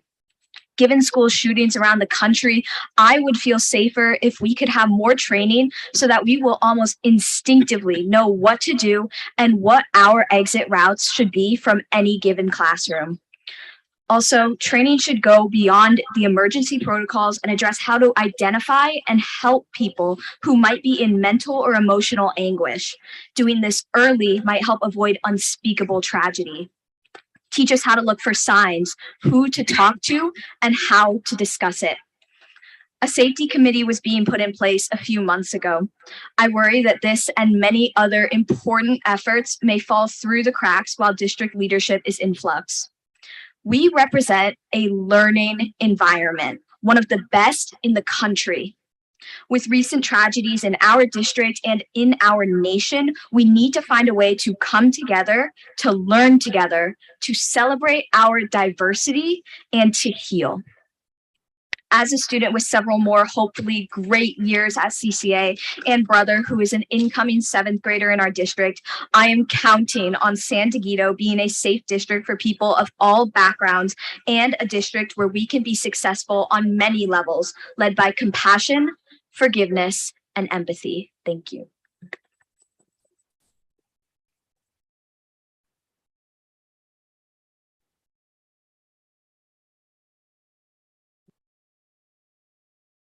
Okay.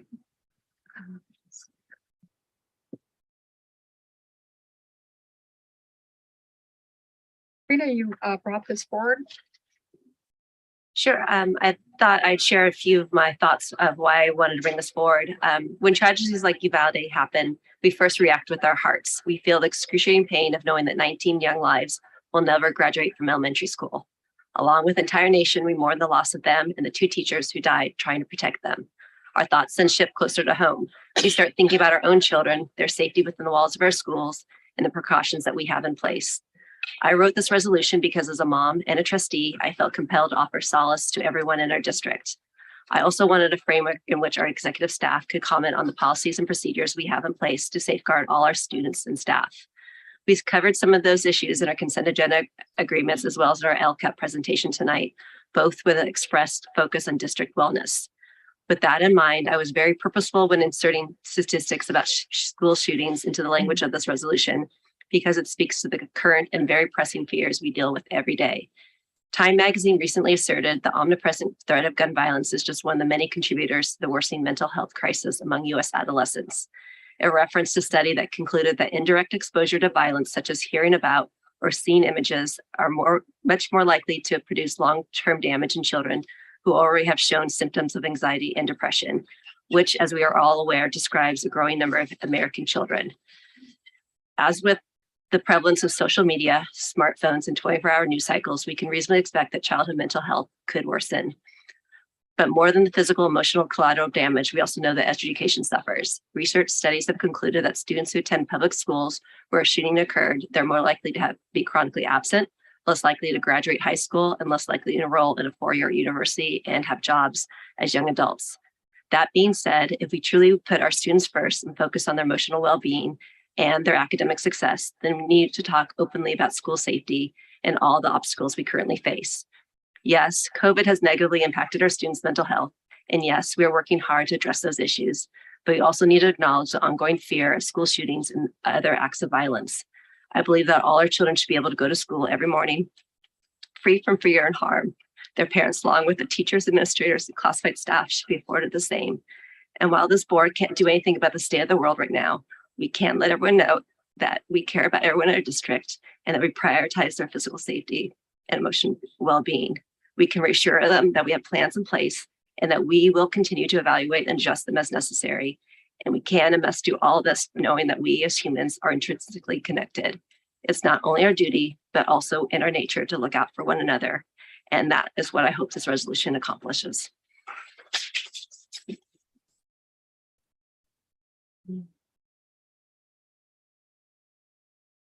Julie?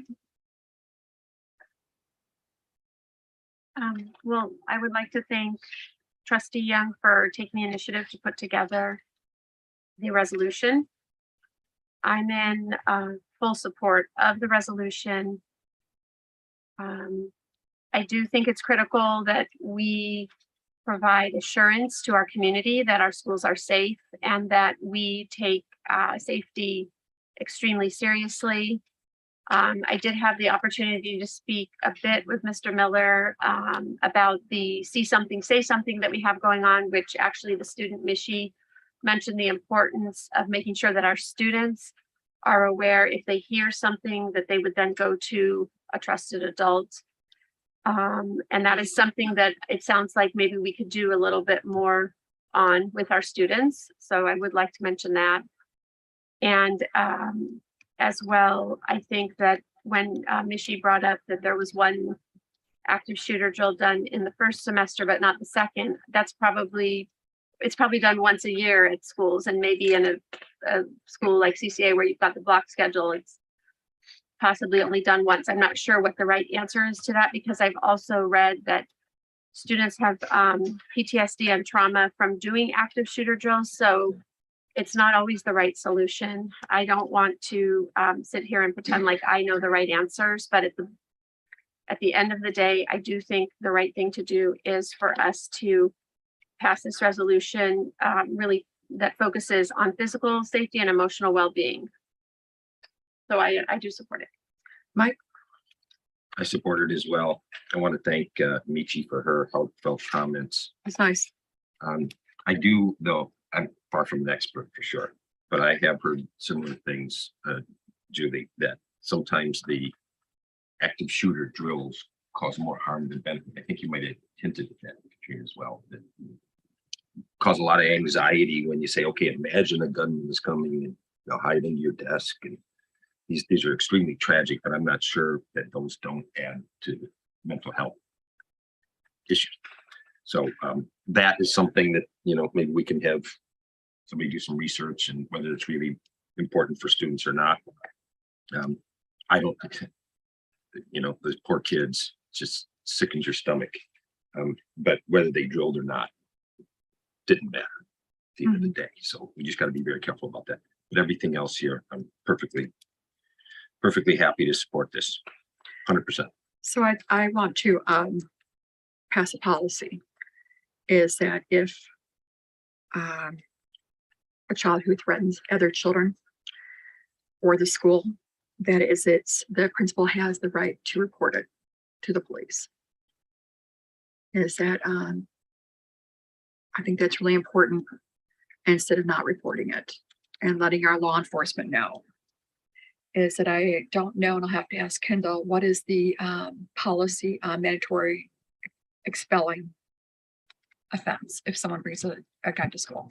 Are we talking about reporting to police or mandatory These are two different expulsion? things. Yeah, 'cause there are One two is different things.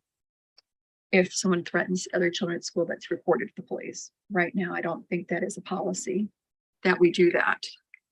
And I think it's important if someone's doing something that the police are alerted that we have a child who's threatened other kids at the school. Mark, do you want to address that? Yeah, so there is ed code related to mandatory expulsions and the what principals can expel for. And we do work closely with law enforcement. I just want to make a note that the U.S. Secret Service has an analysis of targeted school violence, and I've had the opportunity to go to their last two conferences. And the best safety measures is proactive approach. Having a proactive assessment process, which is a multidisciplinary team, a threat assessment process, and training on that process. And I will tell you that we have trained on that process. We have a process, and we also have a multidisciplinary team. Within that protocol, it's identifying students of concern, it's assessing the risk for engaging in violence, and then it's determining the interventions. And so that interventions is what I really want to focus on here, because that is that help. That's the help that we're providing the students. And so I'm appreciative of the dedication that this board has taken towards the investments in social emotional supports with our students. It is through our multi-tiered system of social emotional support that our principals, teachers, counselors, social workers, and school psychologists, as well as our classified staff that are on our campuses, support the district's LCAP with regards to mental health, wellness, and student engagement. Our focus work is centered on ongoing site wellness days, connection, classroom lessons on student connectedness, as well as targeted professional learning for staff and parents. Specifically, this year, as I mentioned in my report, we've talked a little bit about the restorative practices, our youth mental health first aid, and our trauma-informed responsive training. And I say all that because it's really about how are we proactively engaging with our students and supporting those that we've identified who need more additional support. So I'm thankful for this board's commitment to pouring into those resources. I guess what my suggestion is simple as we report it to the police is at this time, I think that if there is someone who's saying harm to a student or a school, we should be reporting it. Is I get what you're saying. It can be a multi-pronged approach, but at least then law enforcement would know that there is an issue.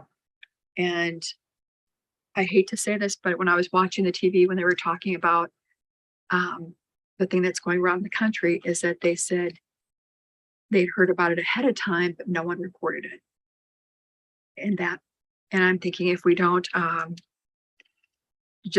and I get what you're saying, 100%, we should always try to be helping every child, but I think there should always be in place that we report if there's going to be harm, is that's a very serious thing for someone to, but if you, and I'll agree to not agree, but that was the one thing that I heard repeatedly. Mark, when we have situations like that, we are working We with our do. law enforcement Yes, officers, work so with- we are yeah. reporting to So them. whether it be the San Diego Police Department, the San Diego Sheriff's Department, or Carlsbad PD.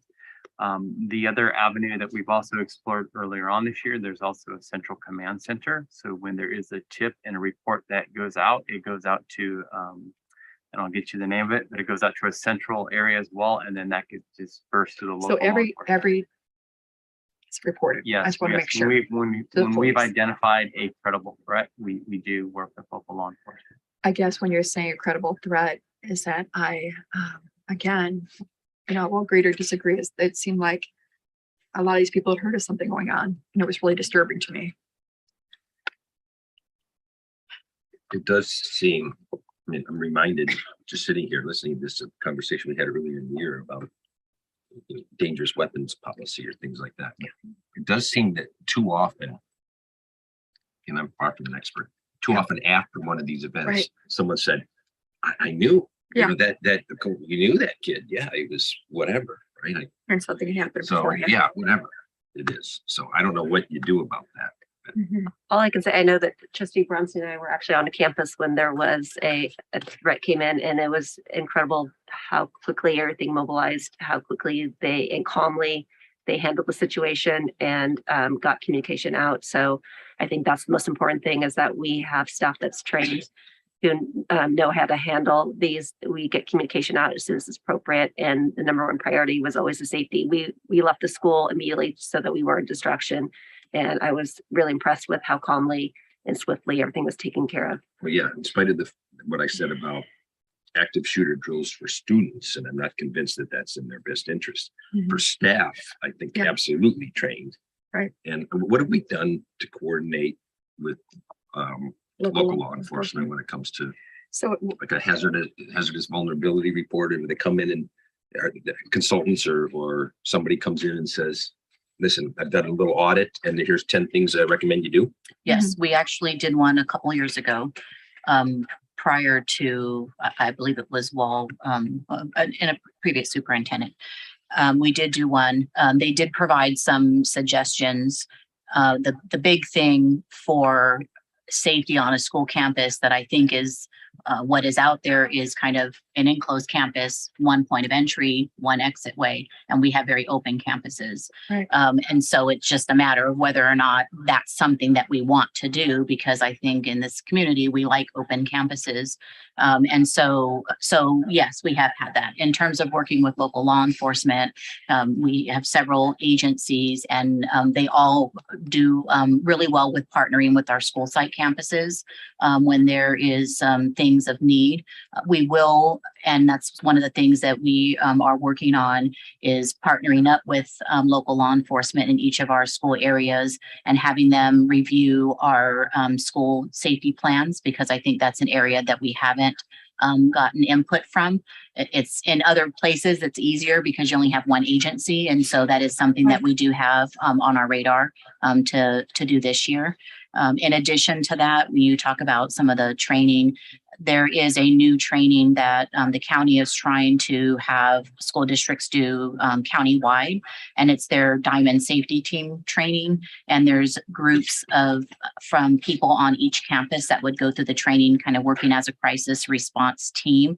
And part of that is threat assessment, like Mark is referring to, building a positive school culture and climate, and developing effective campus security teams. And part of that is option-based response strategy, which is what is commonly kind of referred to as run, hide, fight, but they look at it as option-based.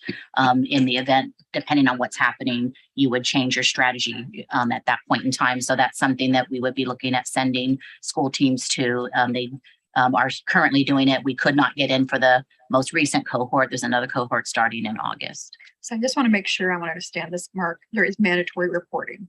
If there's any violence toward a student or a school, the police are immediately alerted. Yeah, so if you go through our board policies, so if you look at 5131.7 pertains to weapons, 5144 pertains to suspension, 5145 pertains to law enforcement. There's also other board policies, 5141.4, which is child abuse reporting, which is mandatory. There's also But do we have a policy that it has to be reported if there's a violence toward a child or the school? Immediate. Is there a policy on that? That's what I'd have to read in depth the policy, but I'll tell you as a practice that we involve law enforcement. But is it reported every single time? When we deem it to be a threat where we believe law enforcement needs to be involved, we do But so that. it's not every time that we report it. We don't have a Are mandatory you reporting. thinking more like for? I would need a No, I'm specific talking example, about if Ms. someone was Trustee. to say violence toward a If you could child. like provide me when a I specific do something to example. them. Beat you up? Well, Or it sounds like you're using critical thinking skills. We use to our threat evaluate. procedures and Uh-huh. practice and policy. or they that's said they're in gonna do place. something to the school. Because I think that needs to be reported. Is that it's better to be safe than sorry. I don't want to hear that we heard about it and no one did anything about it. Is that Our school site administrators don't want anything to happen to students. If there is a serious threat that requires law enforcement, we are calling law enforcement. and I guess to me, it's more subjective, but I want to make sure it happens every time. Is that to me, our children's safety is, I don't want something to happen and it was not deemed, and if a child makes a threat, we should be taking it seriously. We do. You make a good point, Mo, and I don't know, Tina or Mark. Historically speaking, if a student were to say, and I'm something about dangerous weapons, right? I'm going to bring a gun and shoot it up. Is it automatic that we call the law enforcement, or is there an assessment done? It goes back to the discussion we had earlier in the year. Threats about dangerous weapons, right? Those should be treated like half of it is, in my view, don't joke around about this stuff even. So Right. I'm sure there's sometimes, well, I didn't mean it, and it's not credible. But, when you utter something about a gun, I'm going to bring a gun to campus, or if you say that, I think the police should be called. Or a threat. Is it within board policy? Is it within our district policy to allow a student on campus to say, I'm going to go get a gun? Is it within policy to not call the police? He's saying that they do an An assessment. So Is it- I'd support Mo that if anybody threatens words like that, gun in particular, or bomb, Or a threat to the school. burn it down, Down, and yeah. whatever. Not That it should be- oppose it from dangerous weapons, oppose it from, fighting and Right. I'll get you isn't quite that. And you got to give them assessment. But Well, someone threatens to bring a gun to school. Or Police should threatens- be called. I heard Immediately. both Mark and Tina say that our schools, our site principals they're there. They need their schools to be safe. The last thing on earth they would want is any kind of untoward or unexpected violence happening. So what I hear you guys saying is that if someone makes any type of threat and it's credible, or even it's not credible, then that's being reported to the police. Yeah. This doesn't sound like we need to have a separate policy dictating that. We don't You have might, it. because It would be like, the principal might not call the police. well, So I'm going to I make the would be motion. stunned if they wouldn't. We could look at the policy. Yeah, that's a good idea. We could look at the policy and bring the policy for the board if that's the desire. Well, Because we're not looking at it right now, but I mean. right, but I would make, and I want to make the policy, I would pass a motion that, if there's a threat from a student towards another student or the school, it should be immediately reported to the police. What kind of threat?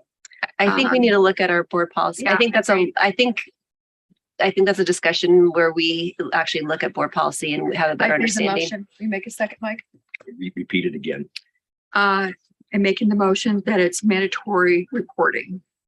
Trustee Or Muir, any But threat. we have For to any see the just policy. just Or trustee Muir, just a point Kendall. of, since there's not a policy on the agenda, I would recommend bring in an item back and administration can work on something or bring back current policies with a proposed new policy if the board wishes to consider. But since tonight's agenda item is just a resolution, I What recommend motion can I sticking to make that. on this?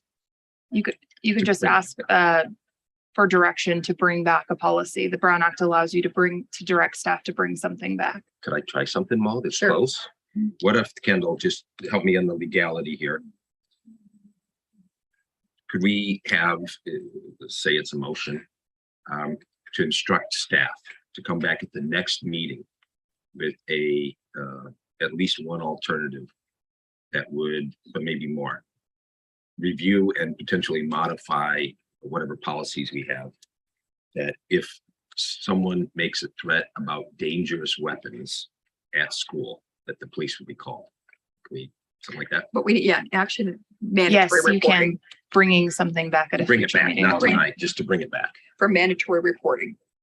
Yeah, I'm fine with that.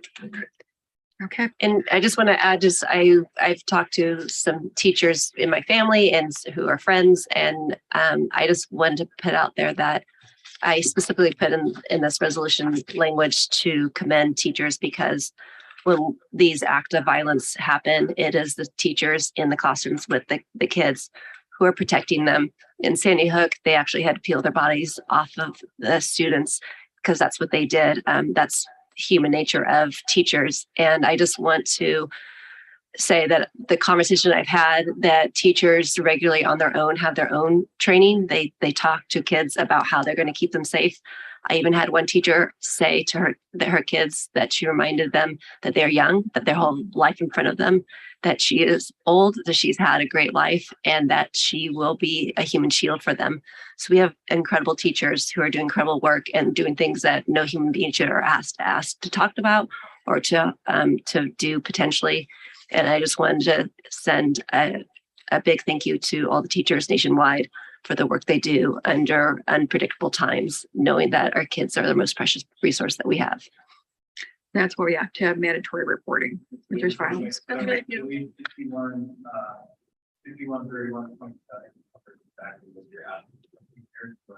I will provide the board with that link and send that to you all. So And what that does it say, Mark? It says the principal or designee shall notify law enforcement authorities when any student possesses a firearm, explosive, or other prohibited weapons or dangerous instrument without permission, sells or furnishes a firearm, or commits any act of assault with a firearm or other weapon. The only problem is it says shall, So is that that's subjective. This is going to be mandatory. must. Okay. so we Okay, can- sorry, Mike. Yeah, no, bring it back. Bring it back. Okay, so I Okay, just wanted to But make. that sounds like if you have a gun, but even a threat. Yeah. Yeah. If someone says, I'm going to bring a gun, that's enough. So the one thing I also want to cover on is we really work on trusted adults. And the one thing I love about hosting this board meeting here at SDA is there's a poster right over there on this board. And I think there's 2 or 3 within this room, which talks about if you or someone you know needs help, find a trusted adult right away. And then it lists several numbers to get help. Right. And so those are scattered out. And I also know that many of our school sites have a QR code that you can also press that and get help. So We've done a just wanted good to job. know. Yep. Okay. Okay, Do we want to vote Roll- on Katrina's motion too? roll call, please, Fabi. And then I got Don't to we, ask Julie. do we do a first and a second? We did We already that. did that. We got Oh, okay. into discussion, Okay, thank you. but thank you for asking. Is Julie, did you have to go? You said you had to go. Oh, Julie. We'll make it late. Mr. Alman, I'm voting yes. Ms. Young, Yes. Ms. Bronstein, Yes. Ms. Muir, Yes, happily. All right, do I have a motion for the board to approve the additional costs associated with increasing the hours of nutrition services transported to position slot A1747 from 5.8 hours to 8 hours per day? Alman moves. Just need a second. Bronstein. Bronstein, any questions or comments? Roll call, please, Fabi. We'll see if we can't get Julie out of here right away. Meet her family. No, it's okay. I'm not going. Mr. Alman, Yes. Ms. Young, Yes. Ms. Bronstein, Yes. Ms. Muir. Yes, thank you. Do I have a motion for the board to approve the adoption of recommended textbooks and materials? So moved, Jen? Second, Bronstein. roll call or excuse me, questions or comments? No, thank you. Roll call, please, Fabi. Absolutely. Mr. Alman, Yes. Ms. Young, Yes. Ms. Bronstein, Yes. Ms. Muir. Yes, thank you. Do I have a motion for the board to adopt the resolution regarding receipt and expenditure of the 2022-23 Education Protection Account EPA funds as shown in the attached supplement?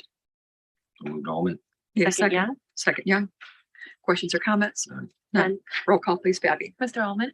Yep. Ms. Young, Yes. Ms. Bronstein, Yes. Ms. Muir. Yes. Julie, if you'd like to leave, I'm so glad you stayed here, but I would like you to go with your family. Well, it's okay. At this point, what I do need Sure. though is a recess, please, to visit the ladies' room. Sure, of course. 10 minutes, please. 8:20. Where's the die cut? Did you say 20? 8:20? Oh, It's at I 8 or thought you 9. said 20. Okay, I'm 10. sorry. Oh, yeah. Where's the knife out? The knife out? Just hold it out.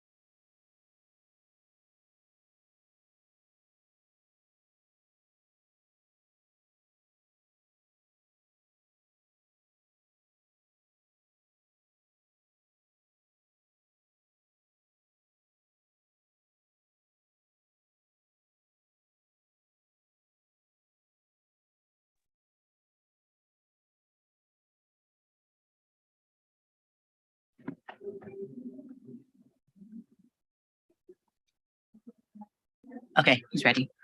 We're coming back into open session. Is at this time our discussion only items. Mr. Miller will now discuss review of annual updates, revision of board policies, and administrative regulations, series 5,000, students and administrative services. Mark? Yes, so San Diego Union High School District is a member of the California School Board Association. They provide guidance and board policy templates for member districts.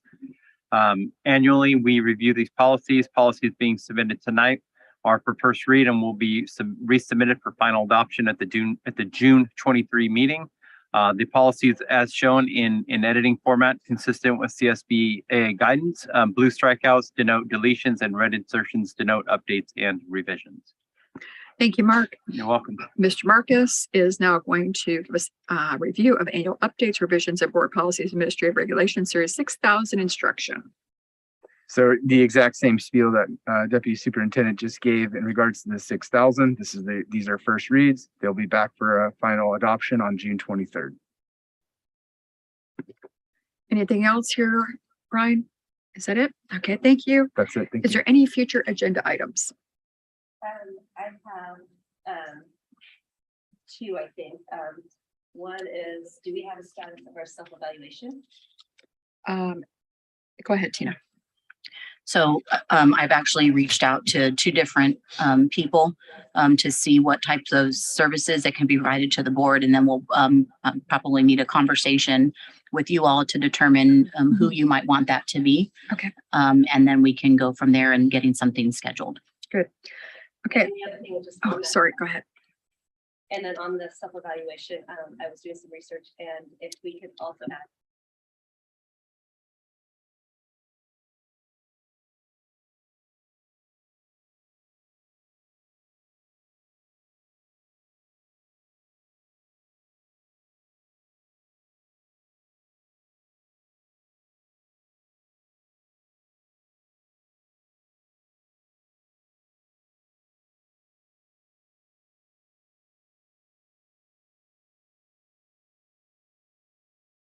have a pine that the board members are required to undergo training as well. Thank Just you. on that real quick, Okay, go ahead. Kendall, are you aware of that regulation? Are we out of compliance?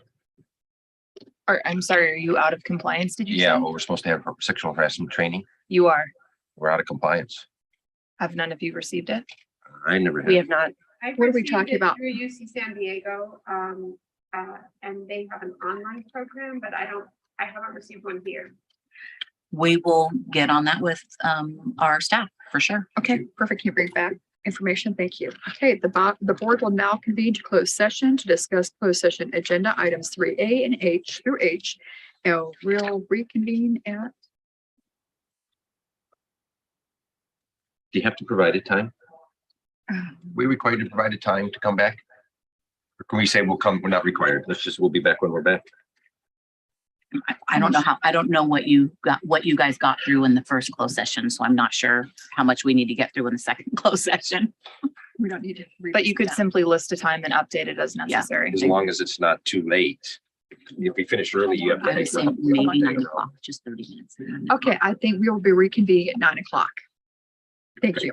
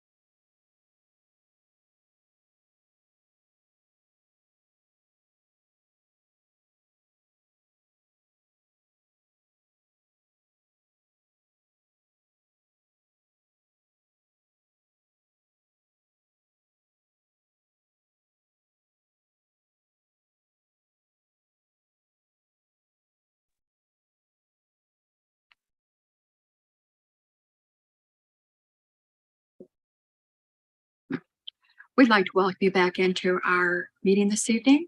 The board did take action in closed session by unanimous vote to appoint Mary Ann Nuskin to the position of Associate Superintendent of Human Services effective 7/1/22. Subject to ratification of employment agreement at the board's next regular board meeting. Congratulations, Mary Ann. Any other comments? Congratulations, Mary Ann. Congratulations, Marianne. Thank you. Thank you. Yes. And we are closing our meeting. Thank you.